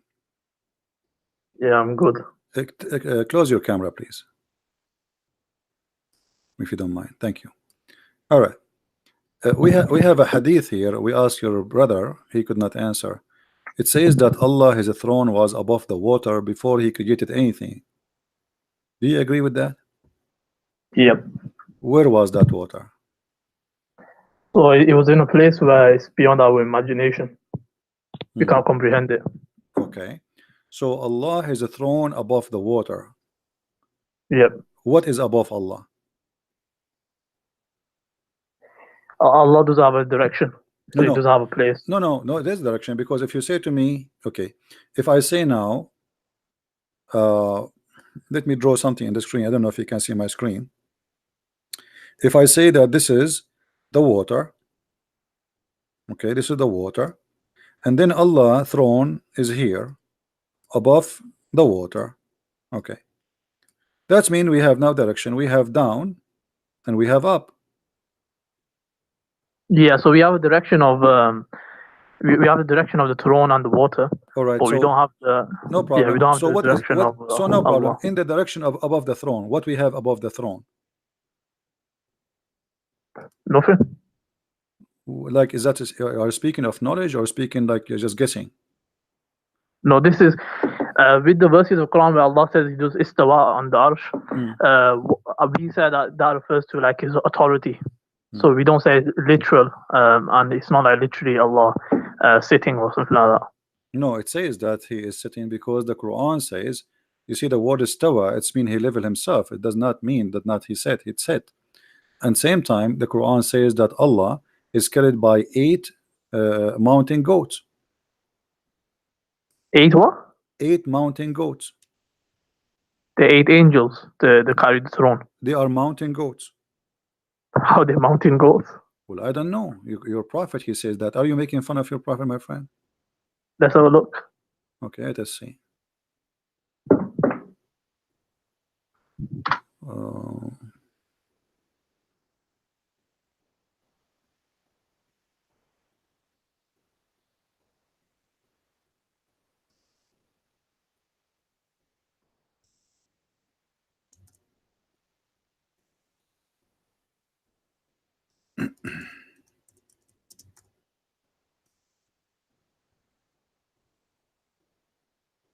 All right, read with me carefully, please. The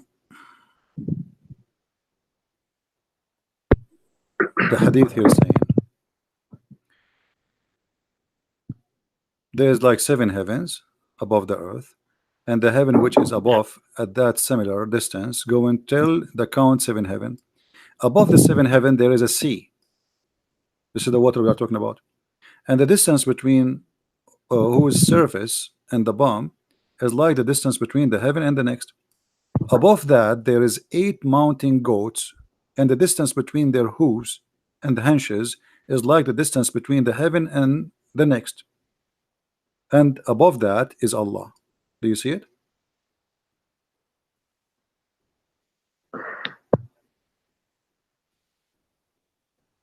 So Allah is carried by 8 mountain goats. But it doesn't say he's carrying anything. He's saying that above that, that 8 mountain goats, he is the distance between. He is above them.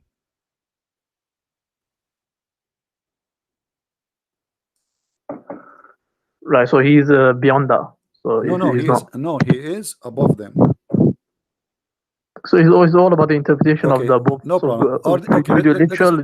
Let us make it clear. Are they carrying him? Those 8 goats? No. They are not. No. Okay, let us go to the Quran. You can't carry. Okay. How can you carry God? No problem. You're telling me. Here we go. The Quran says, my friend, the Quran says they carry him. You said no. The Quran don't agree with you. Chapter 69, verse number 17. It says, and they carry him. Let's look at the verse. And those angels are goats, according to your prophet. وَالْمُلْكُ عَلَى أَرْجَائِهَا وَيَحْمِلُ عَرْشُ رَبُّكَ فَوْقَهُمْ يَوْمَئِذٍ ثَمَانِيَةٍ. So at the edges there is 8, and there's angels, and they are carried by 8. The 8, according to your prophet, they are 8 goats. So they are carrying it.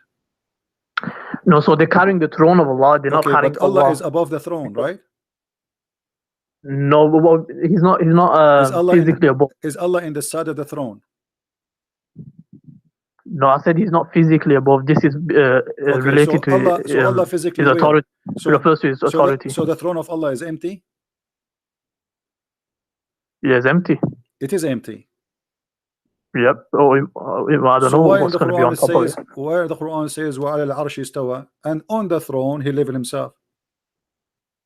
Yeah, that's what you said. He refers to his authority. He doesn't refer to literally. No. Who said that? Who is the one who says to you authority? Yeah, this is a principle. Okay, hold on.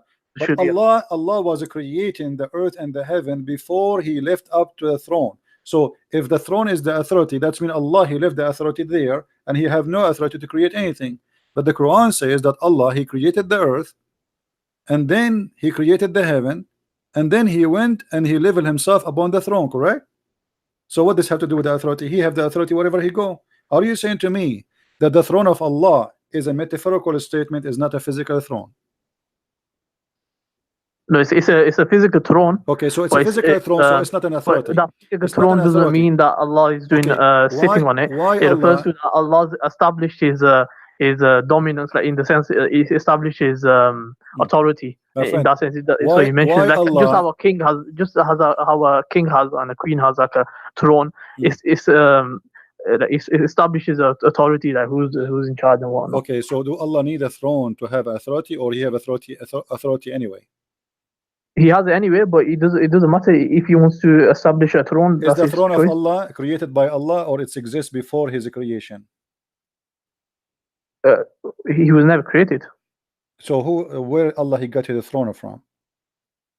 He created it. Okay, so do Allah have authority before he created the throne, or he don't have authority?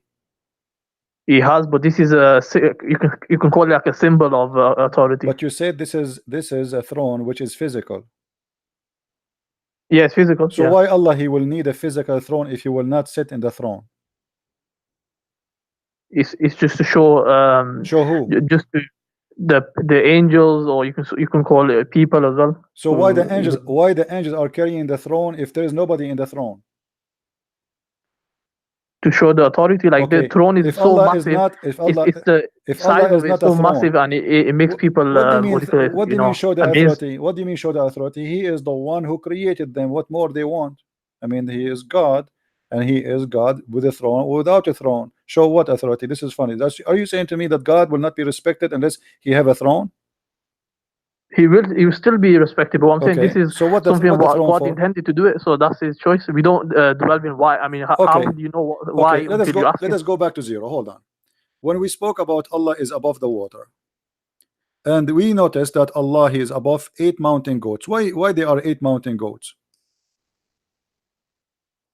Obviously, they're not literal mountain goats because No, they are. It just from says because who is hooves? Do you know what hooves mean? yeah, but it starts off with telling you the size of places. It probably refers No to some problem. They sort of are size. huge. They are huge, but they are goats, and they have hooves and they have hunches. Does it say that or no? Yeah, so Okay. maybe it's referring to something. What is the use of those 8 goats? Allah knows best. Allah knows best. Okay. I ask you, who is above Allah? There's no Allah does have a place. He does have a direction. No, we have direction now, because as long as he is above those, it means there's direction. The second you say above, it means there's down and there's above. Yeah, but if it is metaphorical, then it It's doesn't not refer to anything of metaphorical, that. my friend. Why you keep saying metaphorical? Since when? I ask you if the throne is a physical, you said yes. So how is metaphorical? It's not metaphorical. So now, as long the throne is a physical and Allah is above the throne, that's mean it is not metaphorical. You said to me the throne mean authority. No problem, but it's physical still. So the throne mean authority, but it's a physical throne. Is Allah himself is a physical? No. Allah is not a physical. The word physical won't be used with Allah because he's beyond our comprehension. So when the prophet he says that Allah he will put his foot, is the foot of Allah is fiction or it is real? So okay, let's establish a principle. So we have a principle in Deen wherever there's verses talking about movement or Allah's hands or shins. All of them will be the meaning of it is not known to us. It could refer to a metaphor. It could refer to something like that. So with the foot, for example, I never saw, my friend, I never saw a Muslim scholar he said this is referred to metaphor. Where do you get this from? This is actually are you a Muslim Sunni? Are you a Muslim Sunni or Shia? Sunni. So why you are saying metaphor? There's no Sunni believe in metaphor about the part of Allah. Allah have hands, Allah have foot, Allah have I can play for you Zakir Naik, I can play all for you the one you like. All of them they're Salafis. Yes. So yeah, that's one valid interpretation. Forget about Sunni. What Salafi? No, not Salafi. This is your prophet. This is your prophet. Your prophet, he said clearly, Allah he put his foot over the hellfire, and the fire will say, are there more to come? Tell Allah he put his foot over it, and it will say, qati qati, enough. Yeah. Okay. Yeah, I came across this before. So is that a real foot or not? No, it's not literal. How you know? Based on the principle of Islam. What the principle? Where is the principle? Show me where in the principle it says that Allah is not physical. The verse where Allah says there's the vision cannot encompass him, there's nothing like unto Allah. So as soon as you say hand, foot, you're given likeness. So whenever these verses talk about it, we would say it's not, we would negate that he has a foot, and then we would give a metaphor. So it might be a metaphor, it might be like to stop it. So by foot meaning that to stop it, not literally put his foot in it. Does the Quran say that Allah have a shin? Yeah. Okay, is that shin metaphor or it's physical? It's not physical, it's metaphor. Are you sure? Yep. Okay, let us examine this. This is in the Quran, chapter 68, verse number 24. We will go to the hadith. He's going to reveal his shin. We will go. Okay, his shin is what? What his shin? Is it authority too? It could refer to his glory. It could refer to the glory of Allah, himself. The glory of Allah in his shin. No, you could refer to himself. The shin could be like himself. He's going to reveal himself, so people will see him on the day. All people will see him in paradise. No, okay. Is that a shin really or a metaphor? You said it's a metaphor, but Allah, he will show his shin. They will see him literally. Are they going to see him or they will not see him?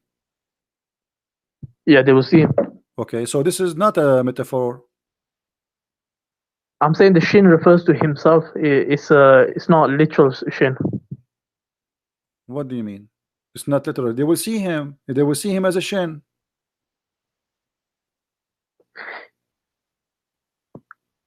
So like I've just explained to you, we have a principle. By that My friend, you are interpret you are these confusing yourself.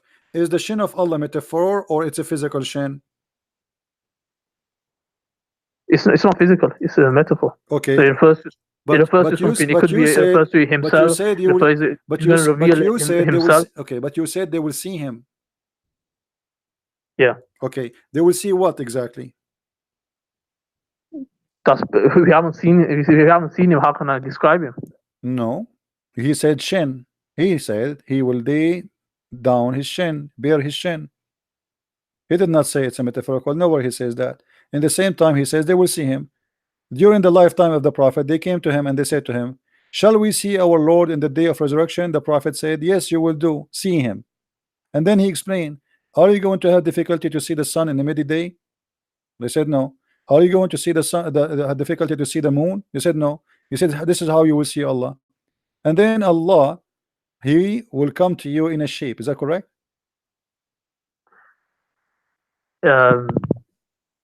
So the narration says something like that. I'm asking you, do Allah have a shape? Nope. So this is beyond this narration is beyond our comprehension. How will it happen, house and whatnot. So I thought in my understanding that Allah has a shape. So anyone who believes that Allah has a shape is wrong. Yeah. Okay. They're wrong. They can't believe that. All right, guys. Did you hear it? He said anyone believe that Allah has a shape is wrong, and obviously he's have a false teaching. That's Muhammad, because Muhammad is the one who says Allah will come to them in a shape other than the one they saw first time. Read it with me.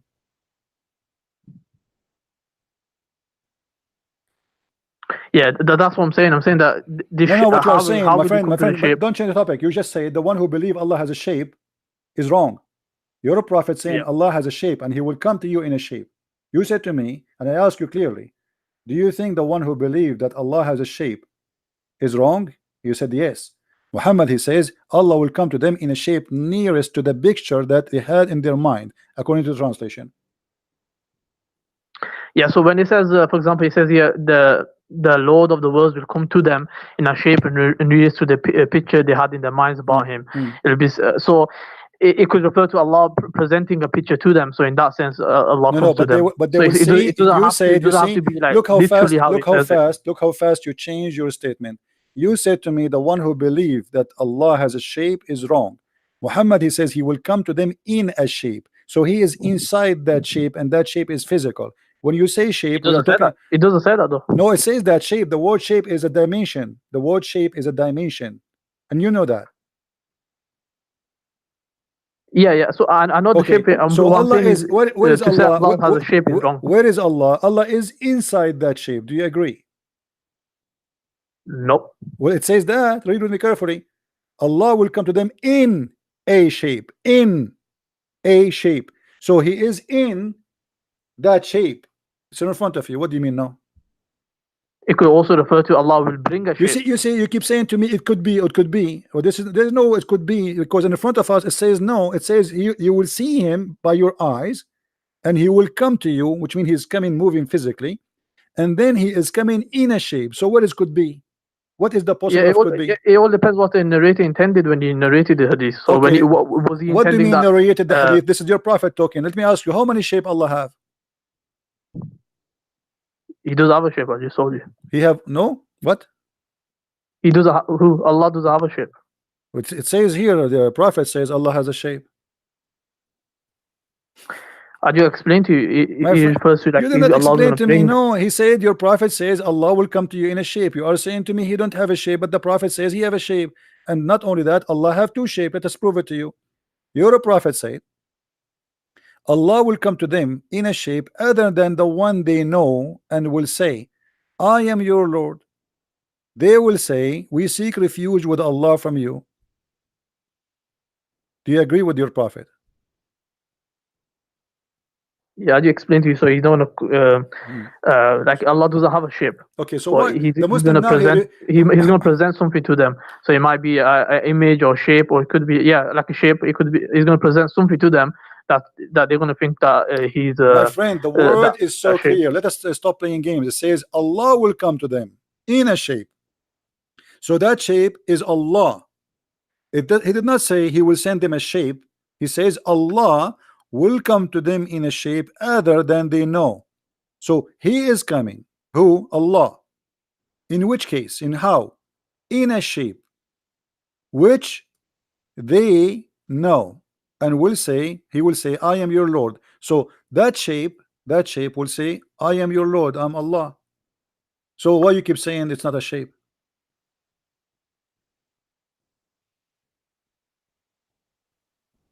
Okay, I'll look into it more. Find out what's the explanation for this. No problem. How many shape Allah he have?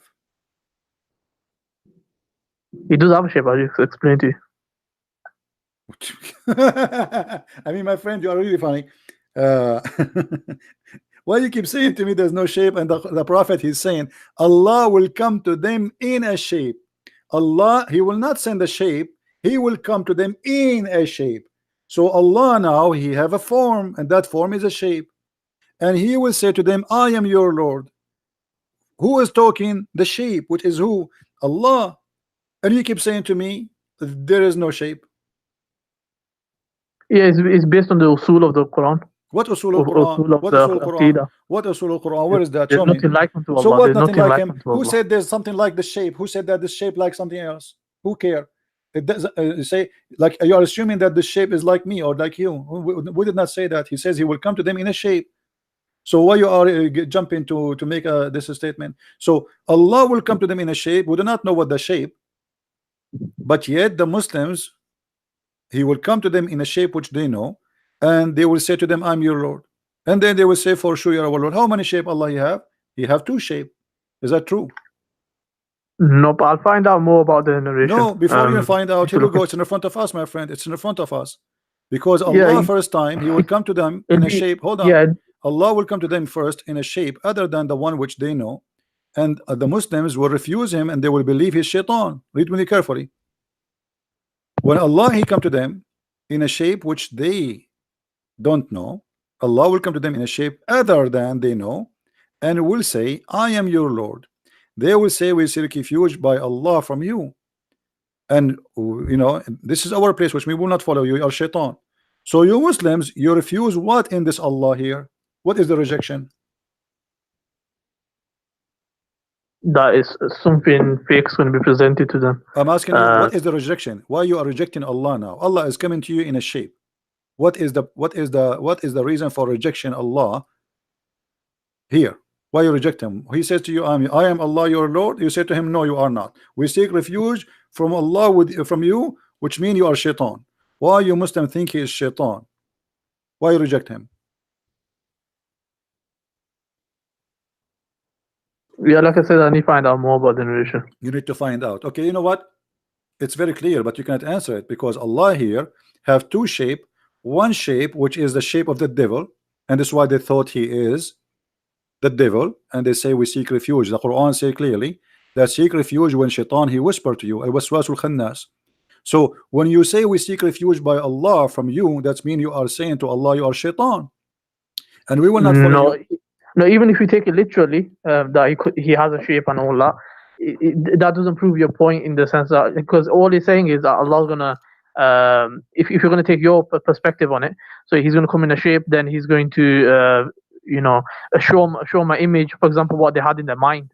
So when they're seeking refuge, from basically the image that they gain portrayed.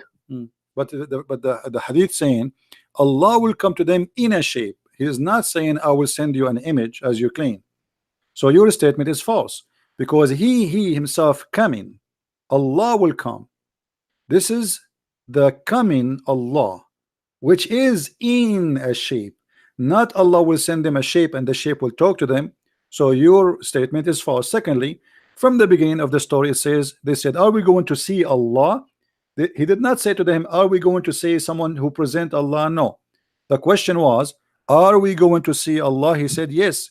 And he said, even, do you have difficulty to see the light of the moon when the night is clear? They said no. He said, this is how you see Allah. So they are speaking about seeing. He compare Allah, seeing Allah, to the moon. Moon is a physical, the sun is a physical. So don't tell me we cannot compare, because your prophet compare. Secondly, when Allah he come to you in the shape, why he is rejected? He said to you, I'm It's Allah. Yeah, if I take your perspective, so it will be. Don't stop, my friend. Stop saying be, stop saying your perspective. This is what your prophet's saying. This is not me. Read with me carefully. They said to him, are we going to see Allah? Not imagine Allah. Are we going to see Allah in the day of resurrection?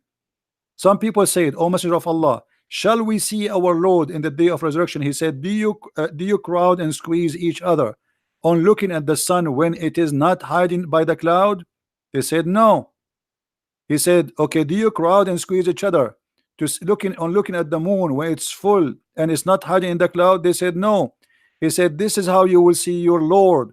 So this is about seeing him, and he is comparing him to a physical object, the sun and the moon. So stop saying to me this is your perspective. Secondly, when the hadith says Allah will come to them in a shape other than the one they knew, this is not an imaginary.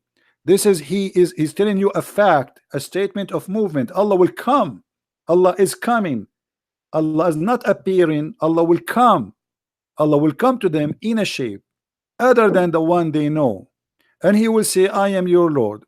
In return, the Muslim will reject Allah, and they will say, we refuse you. We seek refuge by Allah against you, which means they believe he's a devil.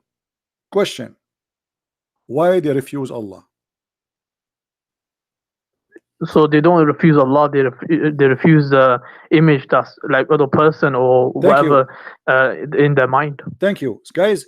They refuse the image of Allah, the shape of Allah. Why they refuse the shape of Allah? No, this I'm just saying that that's your perspective. So I'm commenting on that. My perspective. This is not my perspective. Even then you're wrong. Then you're wrong. It's in the front of us, and stop playing games, please. It says he will come to them in a shape. Who is the one is coming? It's not an image walking by itself. It is Allah coming. Allah in that shape. And yet the Muslim, they will reject that shape. Why?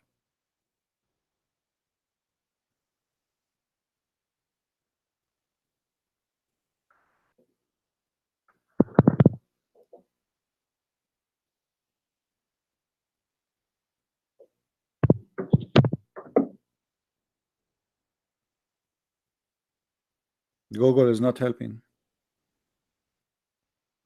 I've already answered that.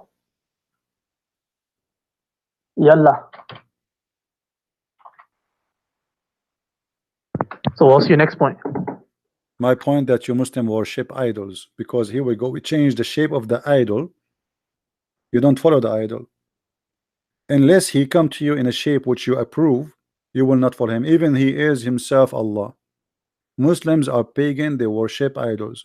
So anyone he come to you in a shape which you like, you say, okay, you are our God.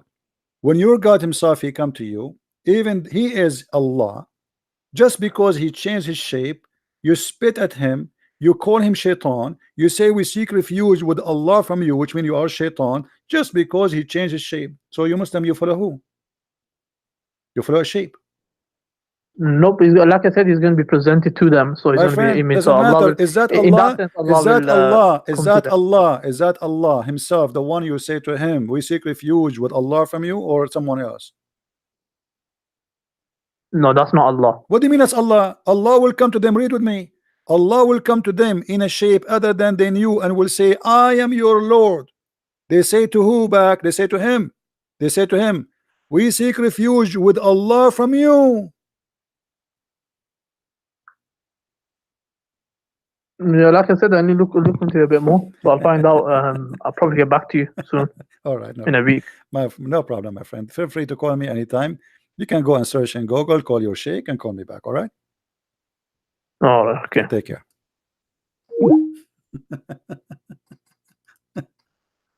Followers of shape. Followers of shape. Pagan. The pagan god, he changed his idol. They don't like it. They throw rocks at him. And they don't like the shape of Jesus. We refuse him. We follow shape. We are people who worship shape, follow shape, bow down to shape. And if that shape did not come to us as we like that shape, we will throw rocks at that shape, even if it's Allah. This is what the story is saying. A clear proof that Islam is a big fat cult.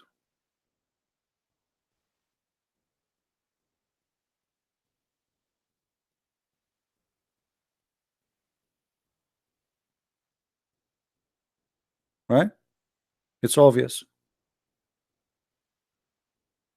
And no wonder you refuse Jesus. You don't like his shape. He come to you as a man. You refuse Allah himself.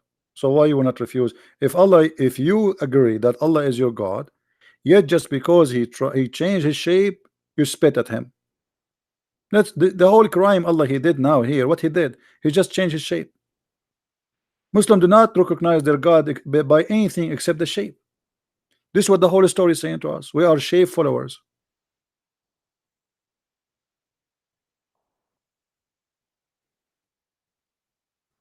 We are shape followers. And the funny, it says Allah will come to them in a shape. He says to us that Allah is not a shape. It says in the front of you.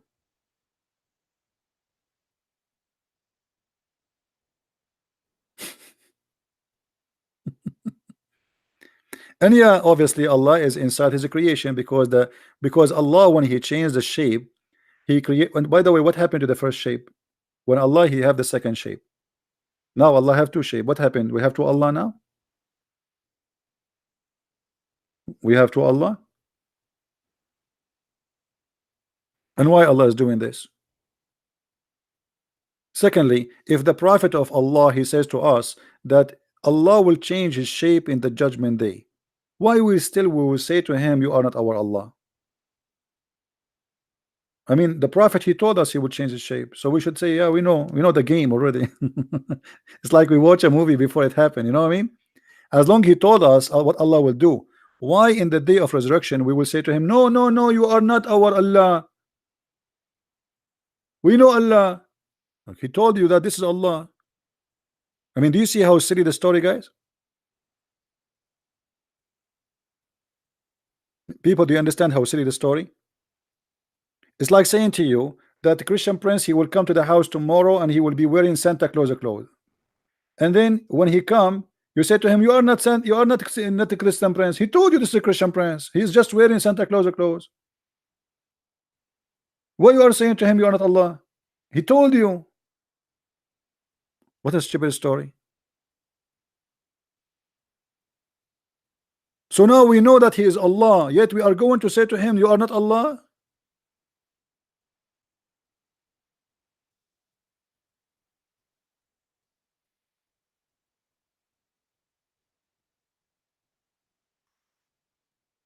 Any Muslim?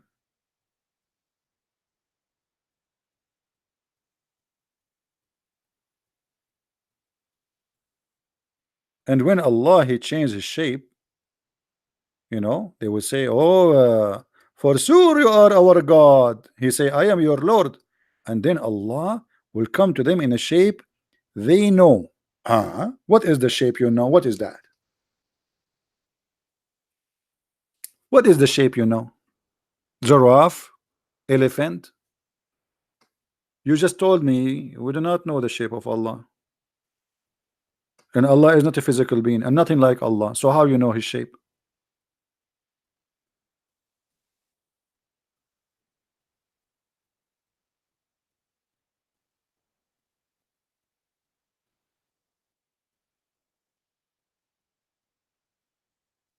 Do we have any Muslim feel like you want to leave Islam? As usual. Who's next want to leave Islam? This is religion. This is the most confusing, funny, stupid stories. So they say to us, how you worship a man? And we don't worship man. We worship God. Can God be whatever he wants? Can God be a man? Or he cannot. So when Allah he become that shape, can he become that shape or he cannot? They will say, yeah, he can, he can. And whatever that shape is, obviously it's ugly, because he is ugly to the point they reject him. To the point they thought he is shaitan. What? He have horn? He have two horn in his head? His shape is rejected to the point they believe he is Satan. What is that shape? And why Allah even doing this game? What the point? What the point of this?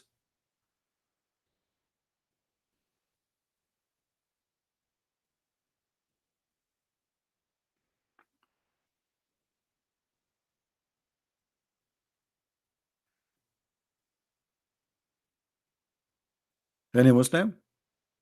Well, all Muslims, they make video, they say Christian Prince is wrong, but nobody can answer me. I go to sleep, they start making comment. When I am live on air, as you see, I need to search.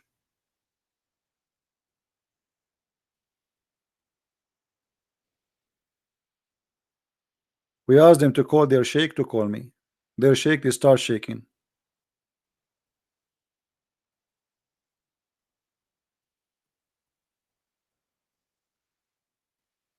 What a funny religion. And by the way, until now, nobody answered us where was Allah before the 7th century. You know, the funny Muhammad, he said, between me and Jesus 600 years. 600 years Allah was taking a nap.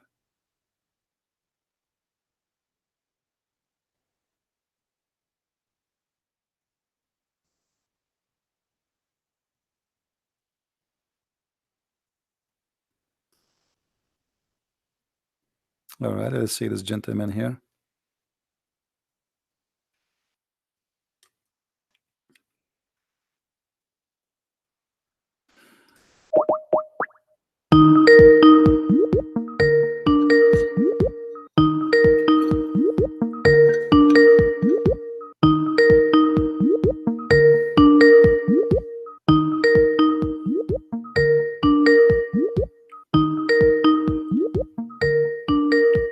Answer, please.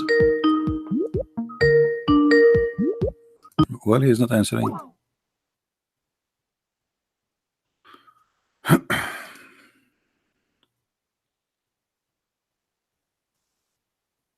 What do you think, Muslims? Any Muslim have the courage and the knowledge? He can prove me wrong.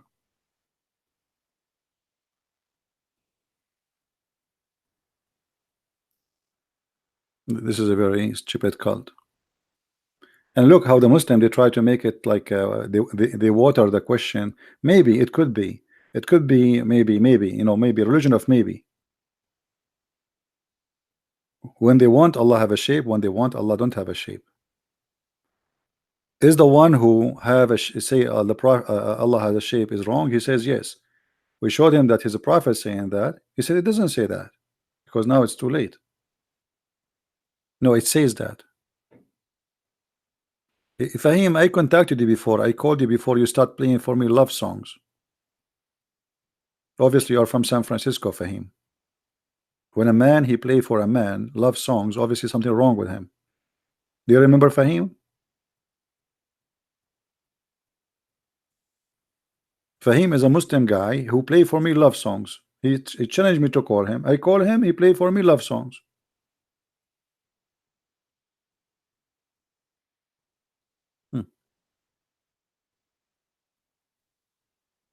Same as his prophet.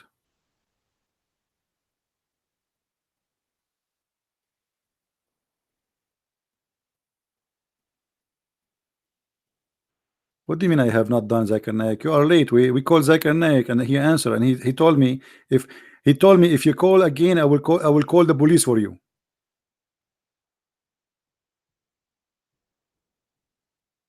I did and I called the guy. You gave me his ID to call him a tribe tip beer. I don't know how to read your name. Tip beer. I did. He did not answer.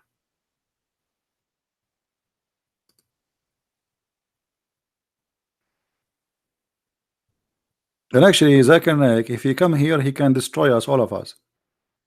If you remember when they asked him why a Muslim woman she can't be a prophet in Islam, you know, he gave him an amazing, beautiful answer. The sister they ask a question. Why in Islam there is no women to the prophet? And actually, I confirm that in Islam there is no women to the Prophet, and there is a logical learned for them. And I give example: if a woman in Islam to become a prophet, he had to lead the congregation, and if lead the congregation, he had to do and wudu, and if you do wudu, everybody will look at her ass. And this is why a Muslim woman can't be a prophet. Translation: if a woman she came prophet, she have to lead the prayer. If she lead the prayer, she have to bow down. If she bow down, all the Muslim will look at her ass. May Allah ask you. This is the reason a Muslim woman she can't be a prophet, because of her ass. So she lost. She's overqualified, or she is not qualified.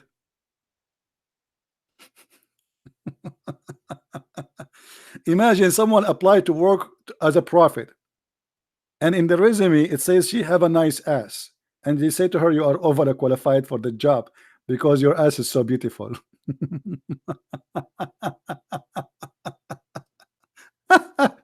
And the Muslim like, wow, look brother at this answer, brother. Did you see, brother? And the other Abdul like sitting like next to other like, brother, how he can come with this? This is genius. Our brother here is a genius. What a crazy cult. And by the way, even the hadith confirmed that the Muslims, they cannot pray to Allah if they see a nice bum in front of us, in front of them. If you remember, a bunch of Muslims, they come to the Caliphate Uthman, and they told him, we have an imam who is an imam of a fitna, which means imam of temptation.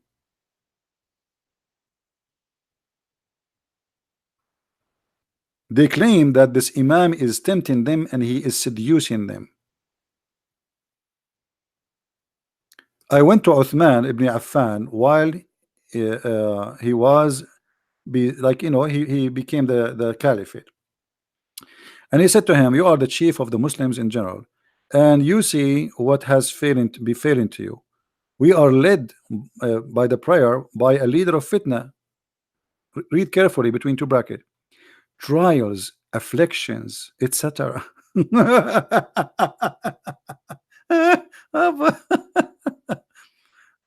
And what's wrong with him? He is an effeminate person. He is what? Effeminate. And the caliphate says, oh, still you have to pray behind him. Question to the Muslims: how those Muslims are tempted by a man who is a feminine man, a gay? How they are tempted unless they are gays too? How a gay, if he is bowing down in the front of you, how you get tempted unless you are a gay? Unless all of them they are gays. Because in order for a man to be tempted by a man, he have to be a gay too. Correct? So they are coming to him and saying, oh, this guy is tempting us. How he tempt you? Unless you are like him. So supposedly now they want to show the caliphate that they are not gays. The imam is gay, but obviously you are gay, and the caliphate is a gay because he said there's no problem, pray behind him. So what?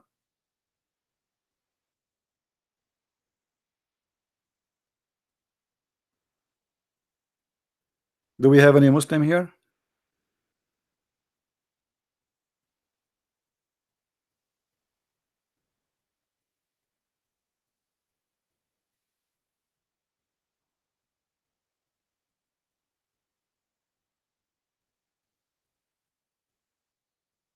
When a man he got tempted by a man, obviously he is what he is. I understand that a man can be tempted by a woman. That's normal. But a man to be tempted by a man, it means both of you like it. The one who is tempting you and the one who is being tempted.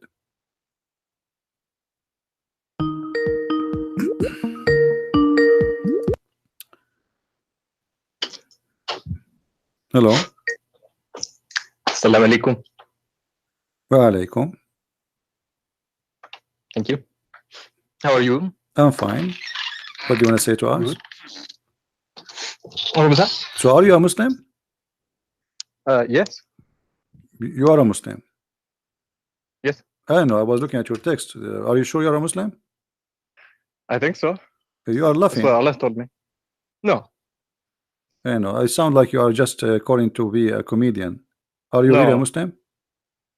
Yes. Okay, what do you know about Muhammad? But Muhammad, Yeah? he's a messenger of Allah. What his message? His message is that there is no God but Allah, and Muhammad is his prophet. What does that mean? It means that there is one God, and that Muhammad's message is the authentic message of Allah. So there is one God. So why Allah he says he is the best of the creators? It's symbolic language about the angels. What about the angels? That they are co-creators with Allah. The angels they create too? With Allah, they Really? help form. Okay, Yes. what they create? What the angels created? So they help him create the world. Really? Like what? Where do you get this information from? It is from Allah Himself. Where? He speaks to me. Where? Allah he speak to you. Yeah. You must be a messenger too. Yes, I think so. Did he squeeze you too, or he squeezed only Muhammad? No, no squeezing. No squeezing. Do you think something wrong? I mean, don't you think this is missing? No, it's not his complete message. That's why I'm here. Oh, so you are a prophet. Yes. Okay, well, nice to talk to you. I don't have time for trolls. Do we have any Muslim?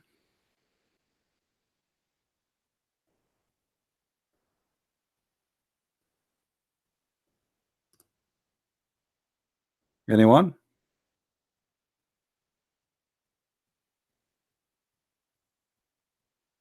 Some people looking for attention, you know.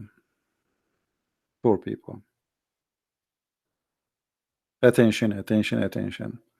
When you are empty, you have nothing inside you, and you want to be seen, you need to seek attention. Some people, they make their skirt short. You do the opposite of what people do, you know. You can go in the wrong highway. Once there was a guy from my country, which is, you know, next to Brazil, like Saudi Arabia, you know, next to the border, and Iran, and you know,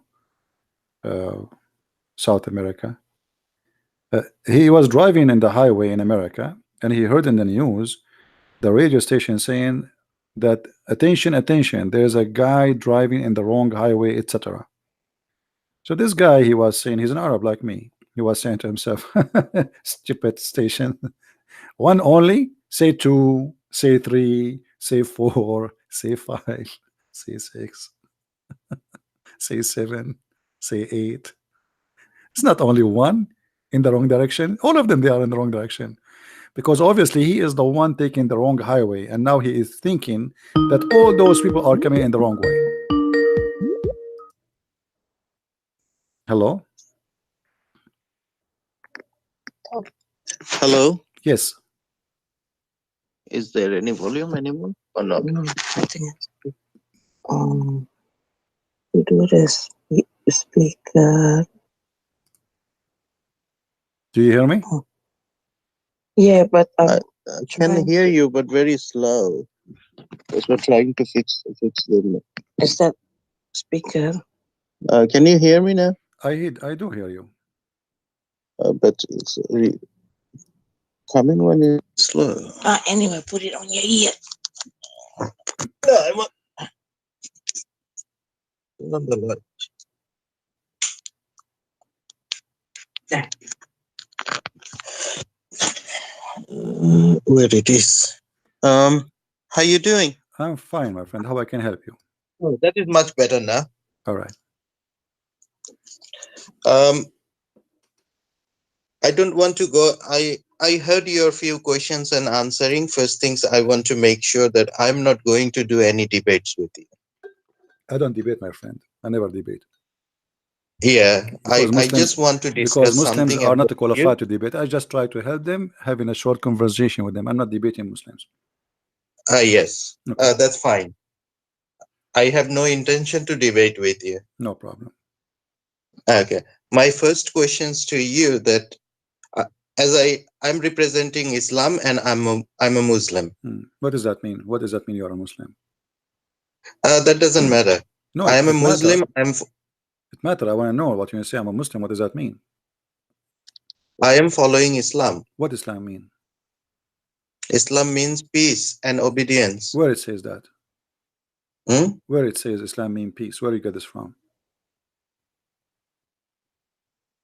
In the dictionary. What dictionary? I am an Arab. We don't have such a thing in dictionary.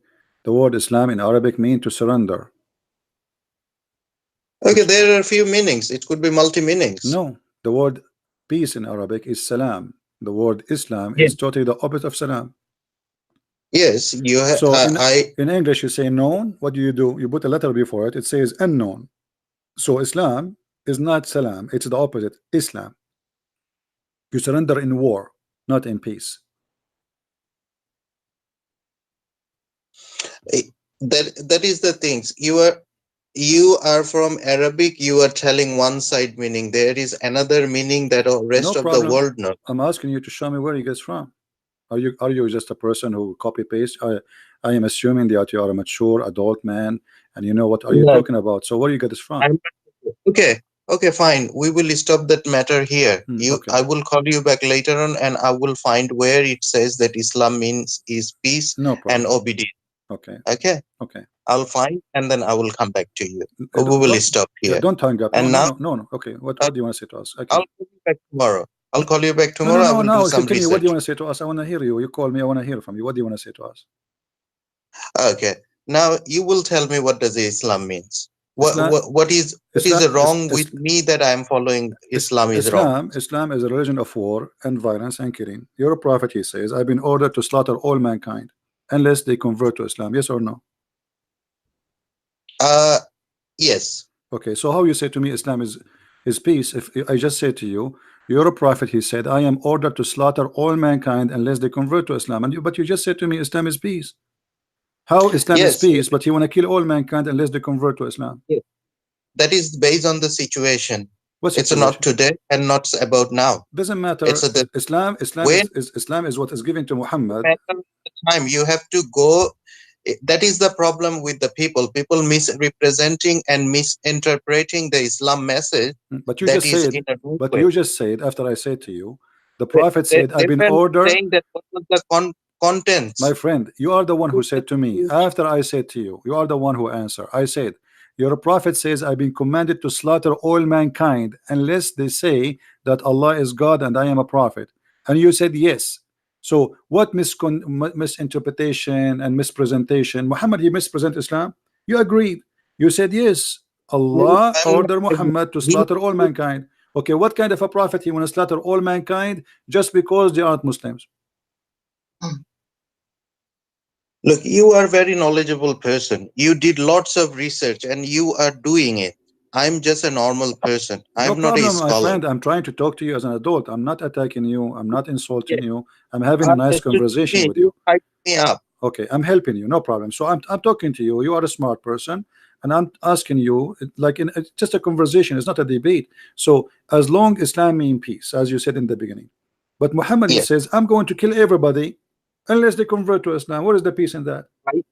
First, I have to know that why he says that, and when he says that. He said that clearly. He said why. He said, I mean, you are saying to me, I need to know why he said that. He told you why. He said, unless they say that there's no God but Allah, and then they pay me the money, and then they pray as we pray, and then they slaughter as they slaughter, and they face the Qibla, which means the Kaaba, and then if they do that, only if they do that, I will stop shedding their blood and their property is protected.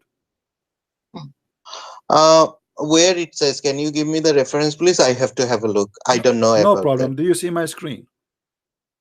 No. Cannot CP because it's on my phone. Okay. I cannot show him. I will send you the link. I will send you the link. There's many references, but I will show you the accurate, sahih, correct ones, and you can read it when you want. Oh, sorry for that. Anyway, can you tell me the statement again, please? If you don't mind. The Prophet said, and I'm reading in front of us, he said, I have been commanded that I should fight against people till they declare that there is no God but Allah, and when they profess that there is no God but Allah, their blood and their richness granted protection in my behalf, except where is justified by the law. So Muhammad, he says that this is Sahih Muslim, hadith number 21c, and we can show you more hadith. There's endless of them. The Prophet, he says, Sahih Bukhari. Sahih Bukhari is more authentic than Muslim. I'm sending you a link now in your Skype, so later you can open them and you can take a look. It says, the Messenger of Allah, he said, I've been ordered to fight. The word fight here is coming from the word uqatil, which means fight, to kill. So I've been ordered to slaughter all mankind. Tell the people, say, none has the right to be worshipped but Allah. And if they say so, pray and pray like our prayer, face the Qibla, and slaughter as we slaughter, which means not only you have to say the Shahada, you have to pray as he pray, you have even changed direction of the prayer, and even the food you eat, you have to slaughter as he slaughter, and then only then their blood and their property will be secured from us, which means Muhammad will not rape your wife, will not take your children as slaves, and he will not cut your neck. Only then. Muhammad here saying, if you don't do that, I'm going to take your money, I'm going to take your blood, I'm going to rape your wife, and I'm going to kill you as a man. And yet you say to me, Islam means peace. And all of this, why? Because you are not saying Allah is God. Yeah, true.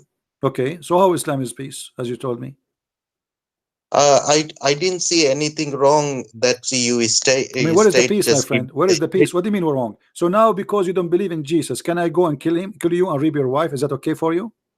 You are saying it's okay? No. Okay. So why it's okay for the prophet? Why it's okay for the prophet to rape my wife, to take my blood, to take my property, to take my children's, just because I don't want to believe in Allah? You are saying it's okay. There's no problem with that. No, that is not been saying. That is in the different situation. The circumstance. No, not situation. He says, I've been ordered to fight all the people. All the people. What situation? Your prophet is the one you follow, and he is saying his message. This is Islam. Islam is, I've been ordered to fight all mankind and kill them, unless they do the following. So what situation? The situation is the following. You say Allah is God. I have to know about that. You knew about that. You know the meaning and you know the hadith. You gave me the source. I will do some research and I will be back to you. No problem. Take care, my friend. Take care. To be and Islam is peace. I feel sorry for those Muslims. Many of them, they have no idea what they are talking about.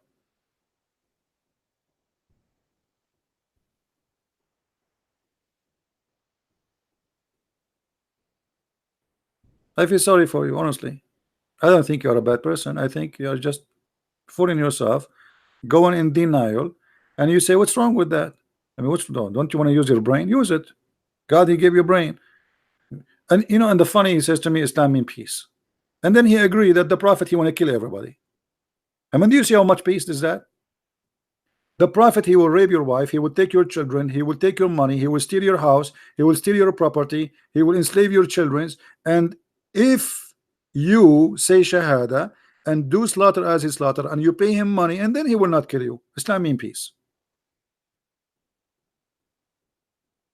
Yet Islam means peace.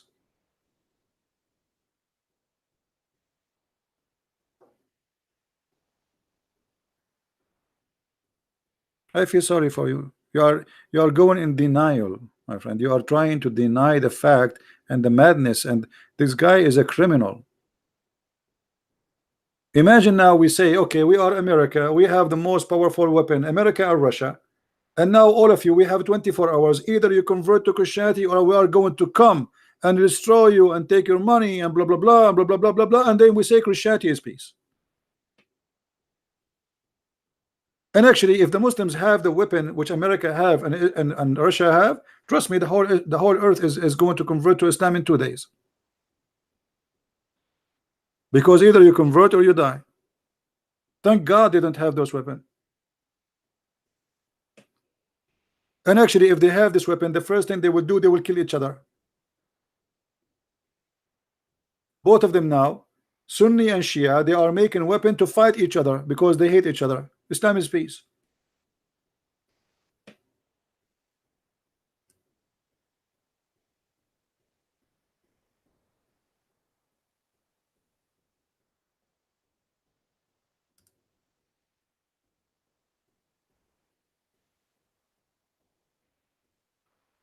Anyone who convert to Islam, I say to you loud and clear, you are just an idiot and you are a fool.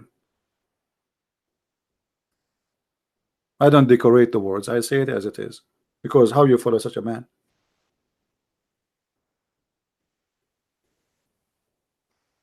How you follow a man like this? You tell me. He's a thief. He's saying to you, your blood and your property. So he will kill you, he will steal your money. And that supposedly is halal, lawful. What is lawful about it? So a little farmer who live in China, he have no idea, he never harm anyone, working in his farm. Muhammad have the right to kill him, take his wife, take his children as slaves, slaughter him, and take his land and his money. And that's supposedly from God.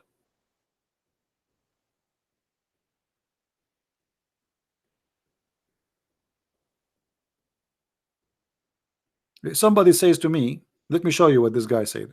His name is a free bird. He said, when the angel of death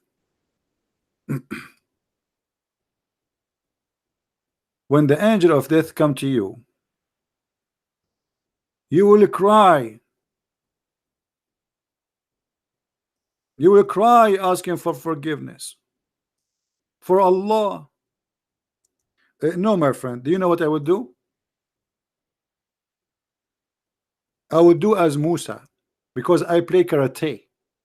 Is it true that your prophet, he said that when the angel of death came to Musa's, he broke his eye, he took it off, and he broke his wings?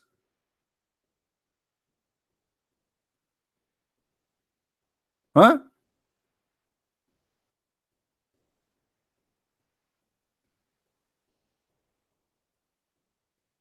How Allah, if he will punish somebody, he sent his angel, the angel of death, and if he say be is going to be, which means you say die, he die. And then Allah, he sent his angel, and then Musa's,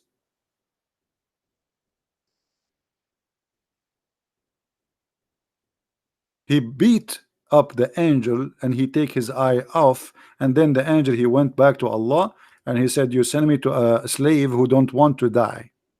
Well, I am a slave, I don't want to die.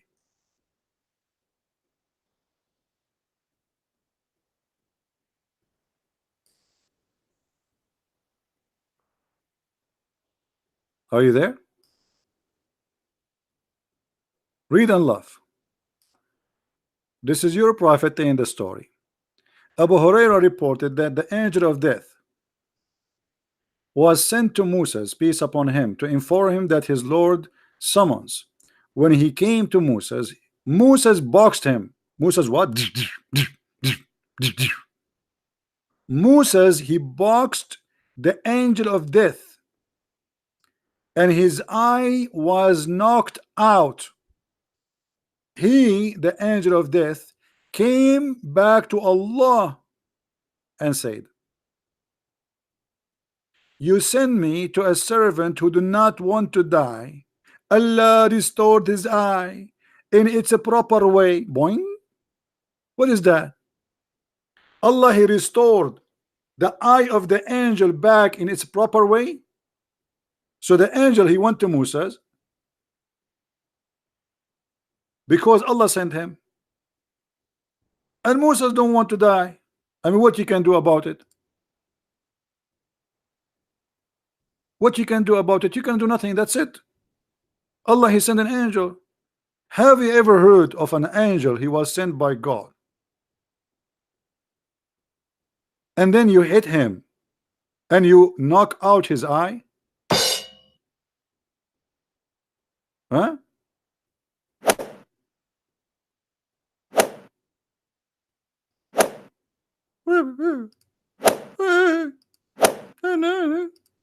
You know what? I was going to apply to work as an angel of death, but after I saw this, I will never accept that job.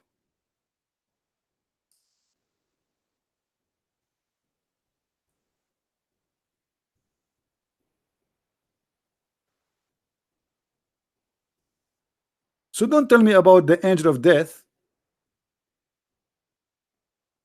And since when You can change the day you want to die. If Allah said to you, you will die here, and that's it, you beat the angel and you send him back, and the angel went back, and my eye, look what you did to me. And Allah says, Habibi, Allah is a Jew.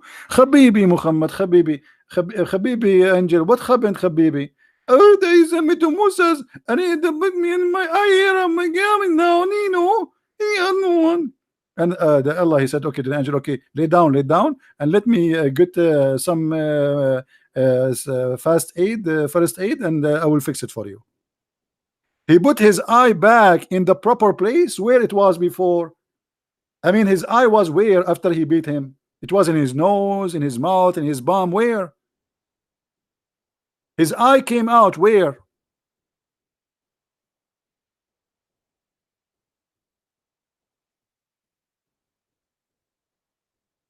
And you are threatening me that I will cry when the angel of death come?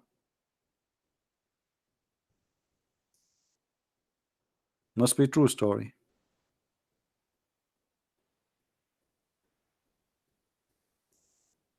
So this is what you have for me? Angel of death?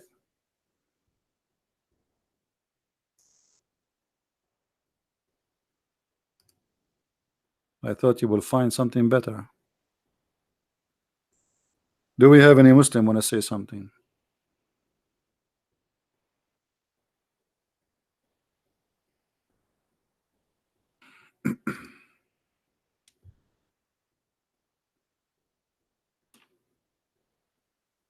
Anyone?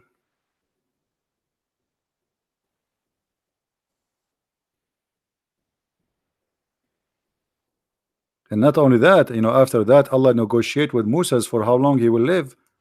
He sent him back and he told him, okay, you don't want to die? Okay, now put your hand in the top of this cow, and you will live as many as the hair under the skin of your hand. You see it? I mean, have you ever heard of this? Oh, how long Moses live? There's 1 million hair in the top of the cow, especially it's an ox. He lived as much?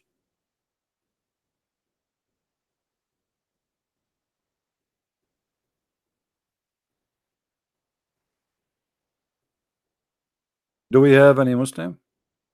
And by the way, for those who are asking about the angel of death, he is fine right now. I just spoke to him yesterday. He's doing fine. His eye, like, he have some pain. He have like a red spot there, because Moses, Moses is a Jew, and he was trained by the Mossad. And this is why, that's explained why he was hitting really hard.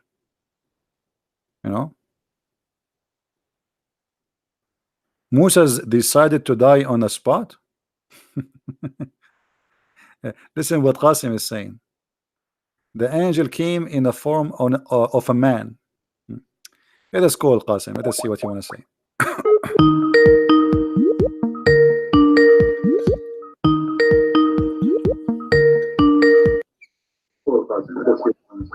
Okay, Qasim, tell us what happened.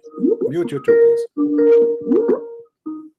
Yep. Yeah, what happened, Qasim? Explain to us. So Allah, he sent his angel to Moses. Yeah, so he came.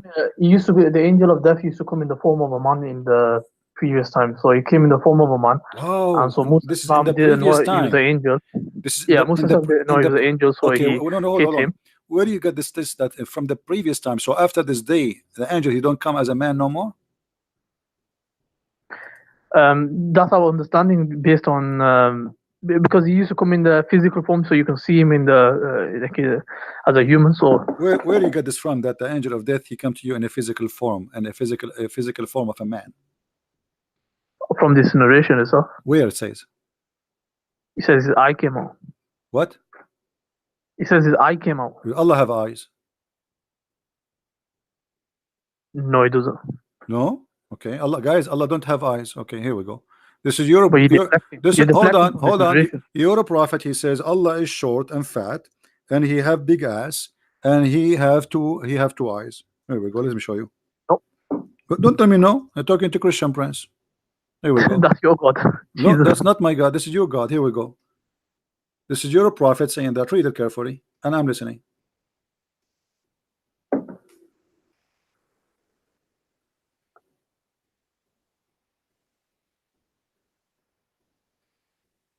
Read. I'm listening. Go. You speak English better than me. Go ahead. Yeah, so it says the Prophet ﷺ said, I have told you so much about the Dajjal that I am afraid you may not understand. The Antichrist is short, hand-toed, woolly-haired, one-eyed, and eyesightless, and neither protruding nor deep-seated. If you are confused about him, know that your Lord is not one-eyed. You said to me, Allah don't have one eyes. Yeah. Your prophet confirmed.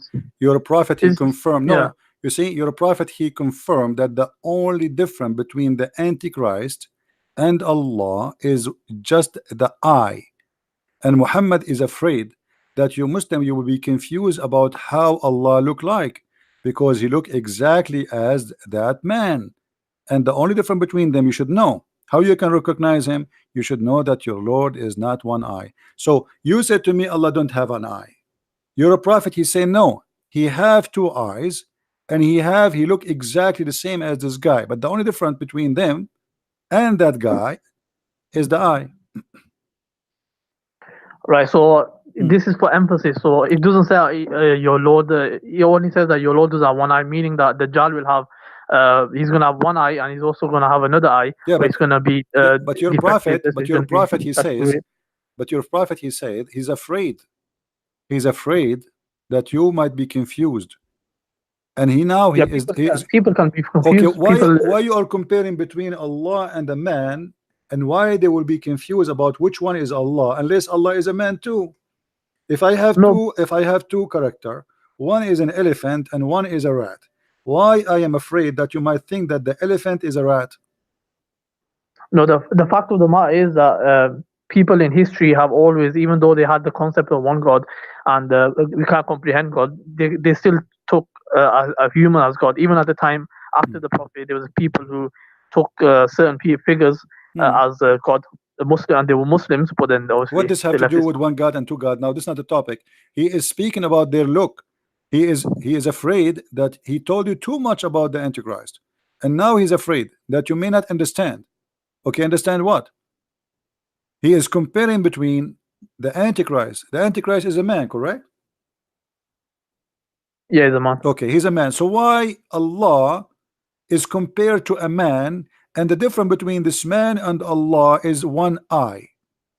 If Allah is not a man anyway, I mean, why we are going to compare between this guy and Allah? He should compare between this guy and the Messiah, because in fact there's no Antichrist in the story here. This is a false translation. It says Al-Masih ad-Dajjal. So the false Messiah, the guy he is claiming to be the Messiah, he is not claiming to be Allah. So why Muhammad comparing between him and the look of Allah? He should compare between his look and the look of the Messiah. So the interpretation that's going to be given is that this is emphasis on that Allah doesn't have any defect. But this is not the problem. He is saying he's afraid. He's afraid. He's afraid that you might understand. About what? He's afraid that they might think that he is Allah. This is why he's comparing between him and Allah. He should compare. You see, the false Messiah, he claimed to be the Messiah. He is not claiming to be Allah, supposedly. So why Muhammad is afraid that you might misunderstood who is the false Messiah, telling you that Allah don't have one eye, while this person is one eye. So the whole story here is what to warn you that if you want to recognize which one is who, Allah, he look exactly like this man, but the difference between them, that Allah is not one eye. So your God is short, he have a big ass, he have a curly hair, he have it says that in the front of you. Why? Okay, hold on. What you're doing is you're deducing that, but it's I am not. Okay, tell me why Muhammad is comparing the eyes of this man and the eye of Allah, and he is afraid that you will be confused. Confused about what? Right. So what the Prophet is comparing is that your Lord doesn't have a defect. So one eye is a defect. Well, thank you very much. Allah don't have a defect, guys. This is a good news. I mean, this is funny. So you are telling me that Allah don't have a defect. This is not the purpose, because he can say Allah is perfect and that's it. But why he is comparing between him and the man? How you Muslim, you say to us Allah is not like anything. You just said to me just 15 minutes ago, you said that. So Allah is unlike anything. So what it's mean to say Allah is not one-eyed, comparing him to a fat short man? Why need to compare him to a fat short man? So the Prophet, he gave like an example for us to relate to. So it's relating that, look, this person will have a defect, but your Lord doesn't have any defect. So that's what it refers to when it says one eye. Okay, so what we learn from this now? So what we learn from this person, he have a defect, Allah don't have a defect. So what? But why he is comparing him to Allah? Is that an insult? When you compare a man to God and you say the difference between them is the eye, that's mean the other person, both of them, they are the same, from the same kind, from the same equality. The only difference between them is an eye. With the Dajjal, he's going to be able to bring the rain down, so, and he's going to be able to give life to the dead. Okay. So with all these miracles, okay, but isn't it enough? Isn't it enough to see that he is a man, to know that he is not Allah? If Allah is not a man and he is coming as a man, so we should know that this is not Allah, unless Allah is a man too. No, people can easily confuse it. That's the thing. Okay. So now, if a man, he can bring rain from the sky, and he have an eye which is a problem, that's mean he is the false Messiah. Is that correct? Yeah. So he's a false Messiah. What if this guy? What if this guy, he go to Thailand and he fix his eye? Are you going to accept him? I mean, since when we know a person to be a false or not by the look of his eye? He can make a surgery. A person, according to your prophet, this person, he can cut a human being to pieces and he can put them together again. So he's extremely powerful. Can't he fix his eye? The one who cut a human being twice, he cut him by the sword and he make him two pieces and then he put him together. Can't he fix his eye? No, there's only certain things he can do. Certain things like controlling the nature. I thought the one who can send down rain is Allah. Yeah, so this is a test for the mankind. No, that's why Allah. Okay, Allah, hold on. Okay, are you saying to me that the false Messiah is an employee of Allah? It's a test from Allah. This is not a question. Are you saying that Allah, he sent him, he worked for him to deceive us? No, he's going to be Allah will send him as a test. This, you see, you just keep saying to me he sent him. You keep saying to me he sent him. Okay, as long Allah is the one who sent the Dajjal, it's mean the Dajjal, he is a shaitan, work for Allah. So Allah also created the devil in your belief as well. No, hold on. My God, he created the devil as an angel. He did not create him to be a devil. He decided to be a devil. So God, your God knew the future as well. My friend, so what? Still we have my God, hold on. My God, he knew Muhammad is an evil. He let him live the same as the shaitan. That's not changing a thing, because in Christianity we don't believe that God, he decided our destiny. In Islam you do. Now you just said to me that Allah, he sent the Dajjal. Who is the one who sent the Dajjal? Say it again. So obviously Allah allows this person to have like powers and all this. This is another question. Who is the one who sent the shaitan, the Dajjal? It's going to be a test. This is another question. You see, you are trying to avoid the question. Who is the one who sent this false Messiah? You can say Allah is going to send it. Okay, so this Dajjal is a messenger of Allah. No, it's a test from Allah. You won't call him messenger. If Allah there's no message he's going to deliver. If Allah he sent you, listen. A second ago you said Allah is the one who sent him. As long Allah is the one who sent him, that means he is a messenger of Allah. You don't become a messenger just based on the fact that something is being sent. That's a very. But the second you say Allah he sent him, that is mean this creature, this shaitan, is obedient to Allah. He's doing what Allah asked him to do, so he's a good person. No. What do you mean no? Who is the one who sent him? You said Allah.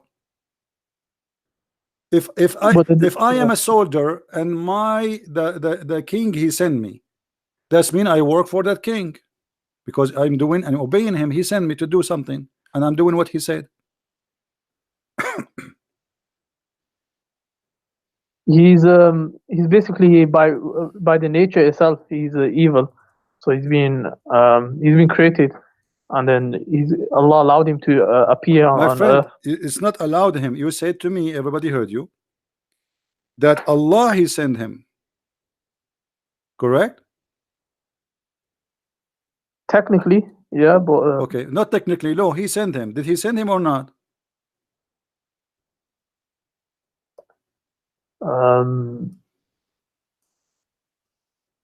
Send him in what way? What do you mean? To Send him in deceive what way? us. To deceive us. You said to us, it's a trial. Allah he sent him as a trial. Correct? Yeah, the test. Yeah. Okay, so the Antichrist is a good person. He worked for Allah, and his job is to deceive us. So the bad person is Allah. No. What I'm saying is he's going to be born, number one, and so he's going to. It doesn't matter. Allah Doesn't knows matter. that This is the plan of Allah. Allah have a plan to create this person. He will send him, and his job is to deceive us. So if the one who send like, okay, I send someone to put poison in your food, but I did not put it in my hand directly. The one who put poison in your hand in your food is the one who killed you. But the fact, the one who sent him to do that, he killed you too. So Allah is the devil. No, that's very weird. Okay, let me ask you. Do Allah send shayateen to deceive us?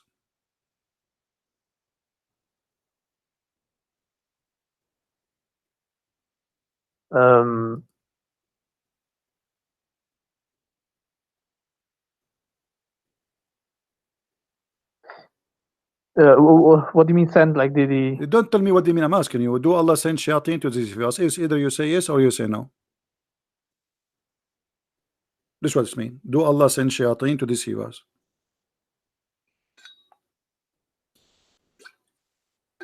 I'm not sure. Who is the one who sent shayateen? Do shayateen work for himself or he work for Allah? They don't work for Allah. They work for who? They work for the Iblis. Okay, and who is the one who sent Iblis to deceive us? Is that Allah? No, Allah didn't send him. Okay, so if there is somebody sent shaitan to deceive us, do you agree that he is evil and he is bad? No. So guys, do you see? Because he's afraid I'm going to show him something and he will be sorry. So he just admitted that if somebody sent shaitan to deceive us, he's not bad. So why shaitan is bad? If he is sent by someone to deceive us, why the one who deceive us is bad, but the one who sent him to deceive us is not bad? Because it depends why is the devil being sent in the first place? Why he sent? I'm asking you. He sent it to what is the job of the devil? To deceive us, correct? There's a bigger picture to it. Yeah, there's a big picture to it. Allah has a big picture to no, it. This is not about picture or a small picture. You know what I'm talking about. If the shaitan deceive us by his will, or it is Allah will, he sent him to deceive us. The shaitan does it by it's his choice. His choice. Are you sure? Yeah, that's his choice. Like he decides that Iblis, he's the one who.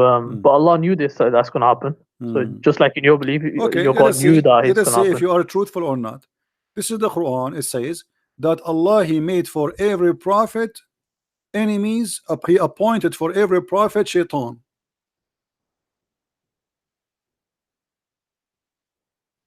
Who is the one who appointed shaitan?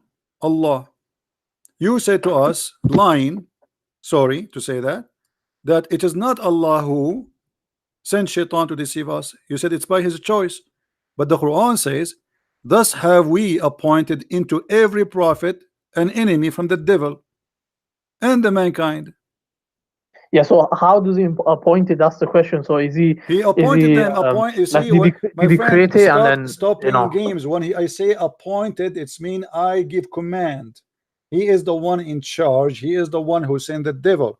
So Allah he sent the devil to deceive people, and he here even speaking about sending shaitans targeting his prophet Muhammad.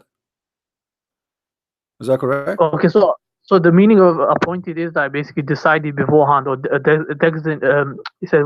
designated. So it's basically Allah decided beforehand. Okay, so here we go. So I said to you, if shaitan is doing what Allah want, why we think shaitan is bad? The fact the real shaitan is Allah, because if shaitan coming to me, he's sent by Allah, and that means shaitan is a good person obeying Allah. He is a victim. In the court of law, if a soldier receive an order from his captain to shoot somebody, The one who should be taken to the court is the one who gave the order, not the soldier, because a soldier, he have no choice. So according to the Quran, Shaitan is a soldier of Allah, and he is a good person. The real devil is Allah, for he is the one who decided to deceive even his prophets.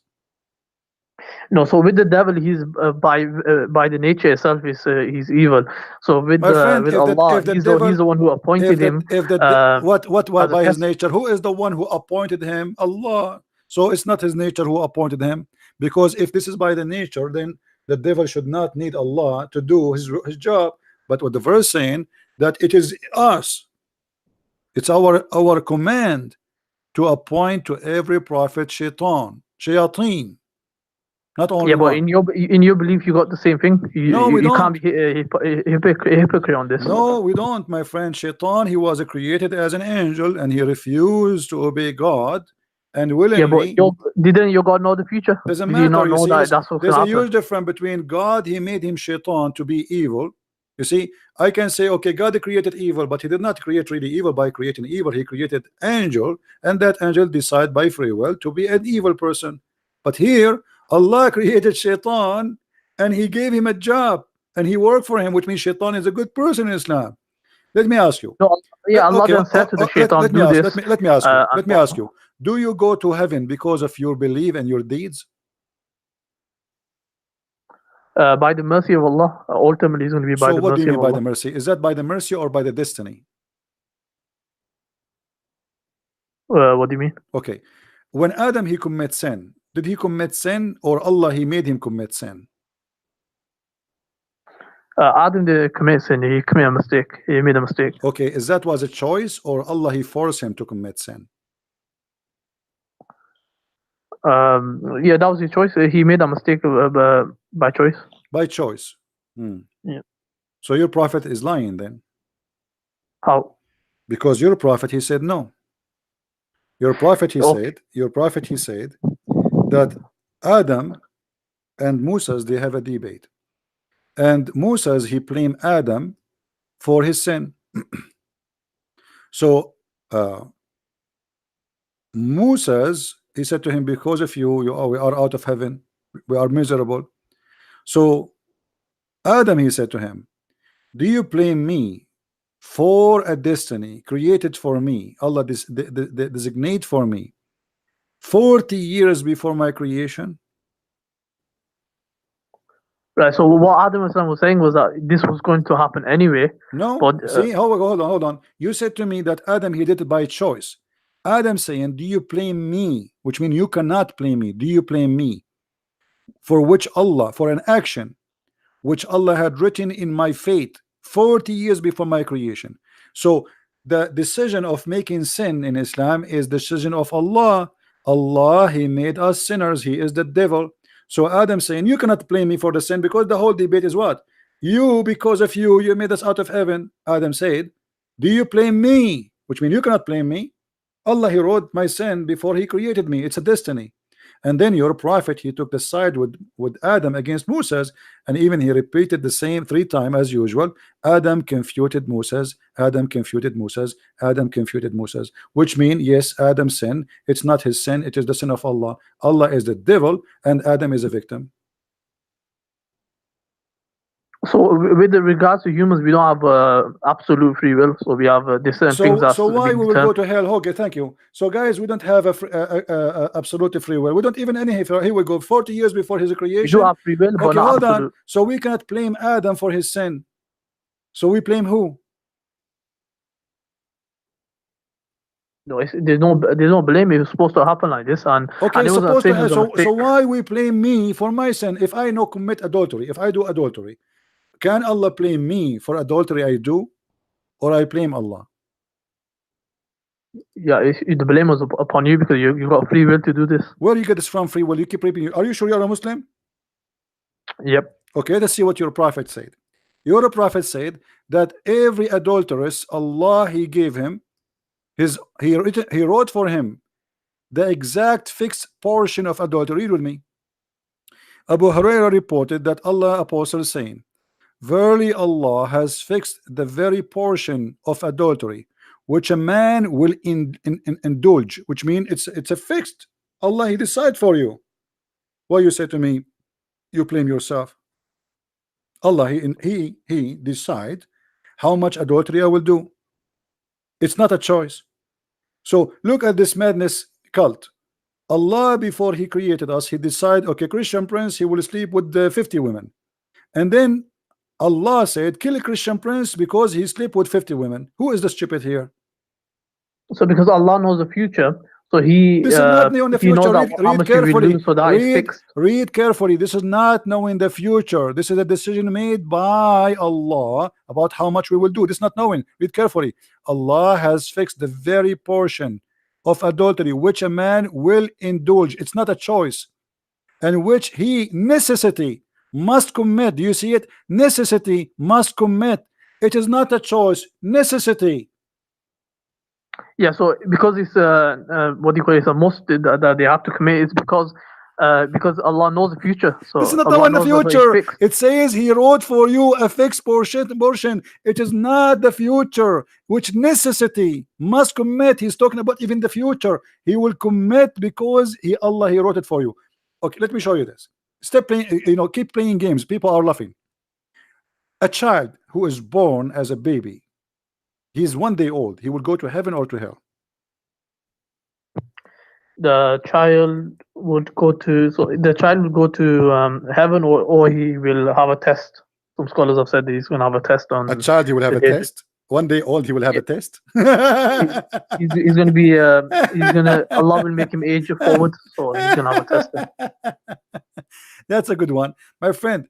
Aisha, she said to the Prophet after attending a funeral where a child who was an infant, he died. She said to him, this child, he will be a child of paradise, bird in the paradise. And Muhammad, he says it might be the otherwise, which means he might go to hell.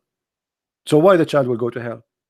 Because Allah, He wrote their destiny when they are in the backbone of their father. Read carefully. So this is a destiny. This has nothing to do with sin. Allah, He wrote his sin or his, let's say, whatever destiny he have to go to hell or to go to heaven before He created him. So it doesn't matter he is a child who commits sin or not. Read carefully. Aisha, she said, Allah Messenger, there's a happiness for this child who is a bird from paradise, for it commit no sin, nor has reached the age when one can commit sin. This is the opinion of Aisha, and I agree with her. He said, Aisha, peradventure, it might be the otherwise. Otherwise? What is the otherwise? What do you think? Yeah, so from this narration, well, I've read this before as well. So what it says basically is that the prophet is acknowledging he doesn't know what's going to happen to him. So because he's only going to say what is revelation. No. We know what will happen to him, because simply, if everyone he will pay for his sin, and this child he did no sin, so why he will pay to go to hell? Hell is for those who commit sin.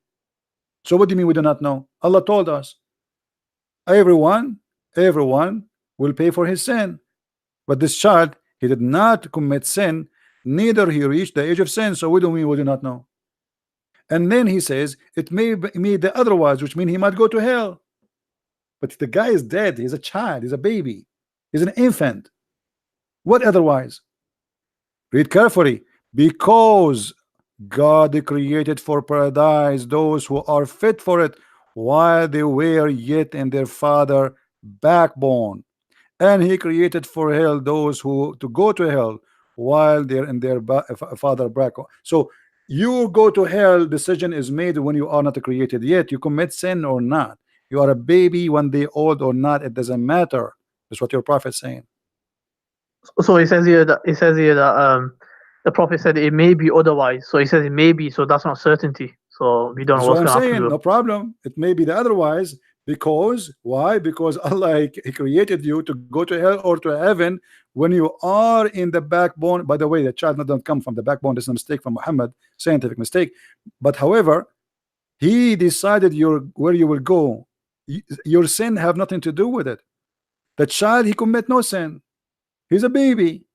And Aisha, she confirmed that. She said, there's a happiness for this child who is a bird from paradise, for it commit no sin, nor has reached the age when can commit sin. So this is a very pure bird, little child who died. Yet Muhammad is saying, well, you are wrong, because Allah, he make a decision where people will go to hell or to heaven before even he created us, which means Islam is a stupid cult. It doesn't matter really what you do in your life. Allah, he made decision already. Do you agree? No, so it does matter, because within that, what's the creed is Allah give us okay, let me ask you. free will. Okay, let us solve this problem. If you are a person who pray to Allah 5 days a week, five times a day, all your life, and fasting Ramadan, and even going to jihad, etc., are you going to go to heaven or no? Do Allah promise you heaven? Yeah, if you do that, then Allah has promised the paradise, so we have hope. Well, that's not binding on Allah. You're a prophet, have different opinion. You're a prophet, he said the following. Read with me carefully. You're a prophet said that a person, he might do the people of heaven. Let us show you the hadith. Yeah, and then his last action might be bad, and then he's gonna go. Yeah, but his last action is what? Is what Allah written for him, correct? That's his own choice he made. No. Stop lying. Shame on you. It says in the front of us. Okay, read with me, please. We have free will. Okay, read with me. Okay, read with me, please. Okay. Here it says, then the soul is breathed into him, etc. And then he swear by Allah, saying,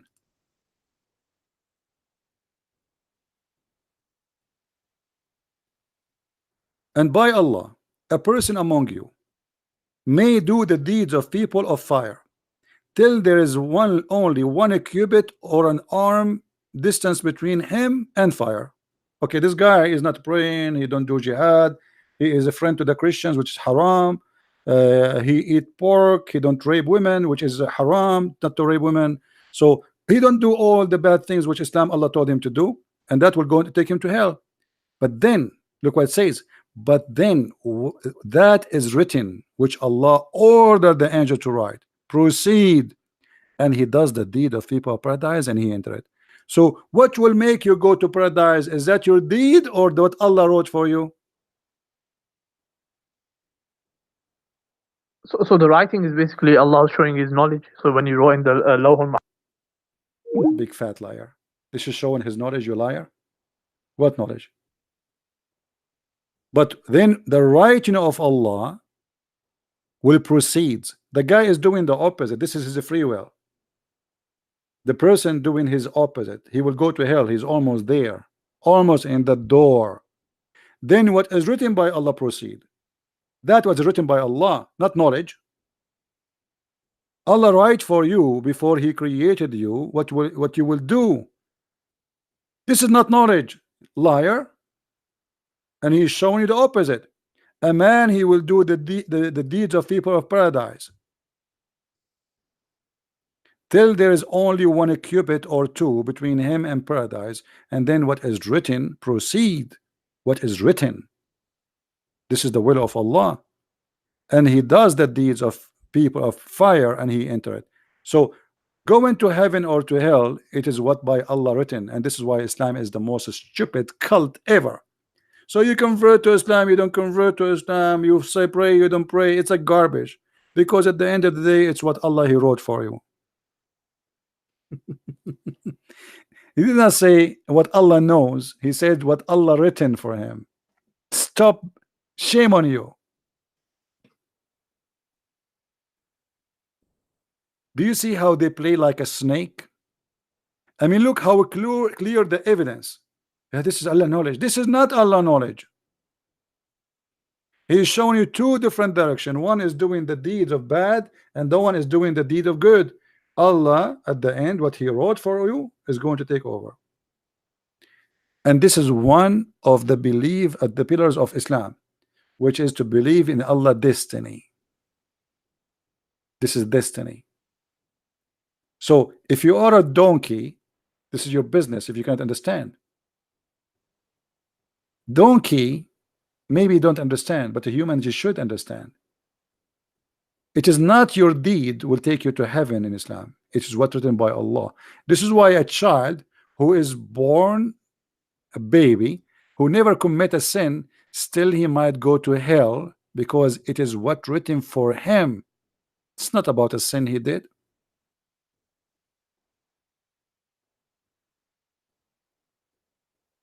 And the funny, he said that a child, he's a baby, infant, Allah will give him a test.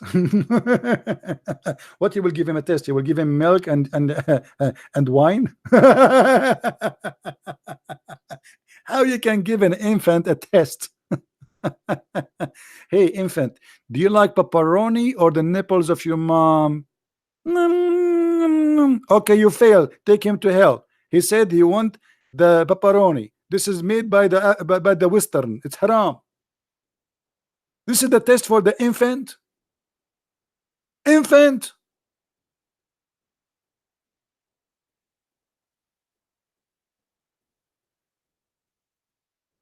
What a crazy cult.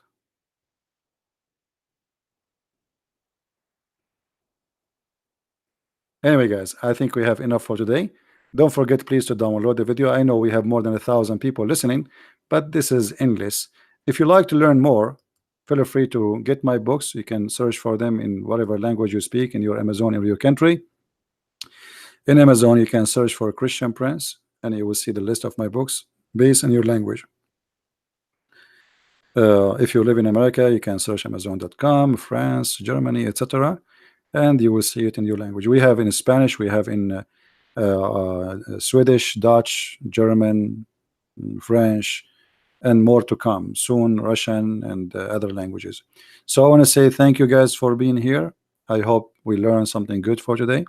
As you see, Islam is a very silly, stupid cult, and you have to be really a person who decide to go blind to believe in such a madness. It's violence, it's hateful, it's a divided human being. Quran forbid Muslims to take non-Muslims as a friend, chapter 5 verse 51, chapter 9 23, chapter 3 verse 28, many verses. All of it is nothing but division of the devil. God is about love, not about hate. And we love the Muslims. We don't want to hate them, and we should not hate them. They need our help. Love is not to be fought. Love what bring people together. If you see a Muslim who need your help, help him. Don't do what they do. There's many people, they speak good, they do evil, and that's what Islam is about. You listen to them, you think they are speaking good, but the fact Islam teach nothing but evil. It's an evil cult. They color it, they sugarcoat, but that will not work. Even with ants, and we are better. Thank you very much for being here. May the Lord bless you. Until we see you soon again. Christ is Lord. Islam is false. Take care.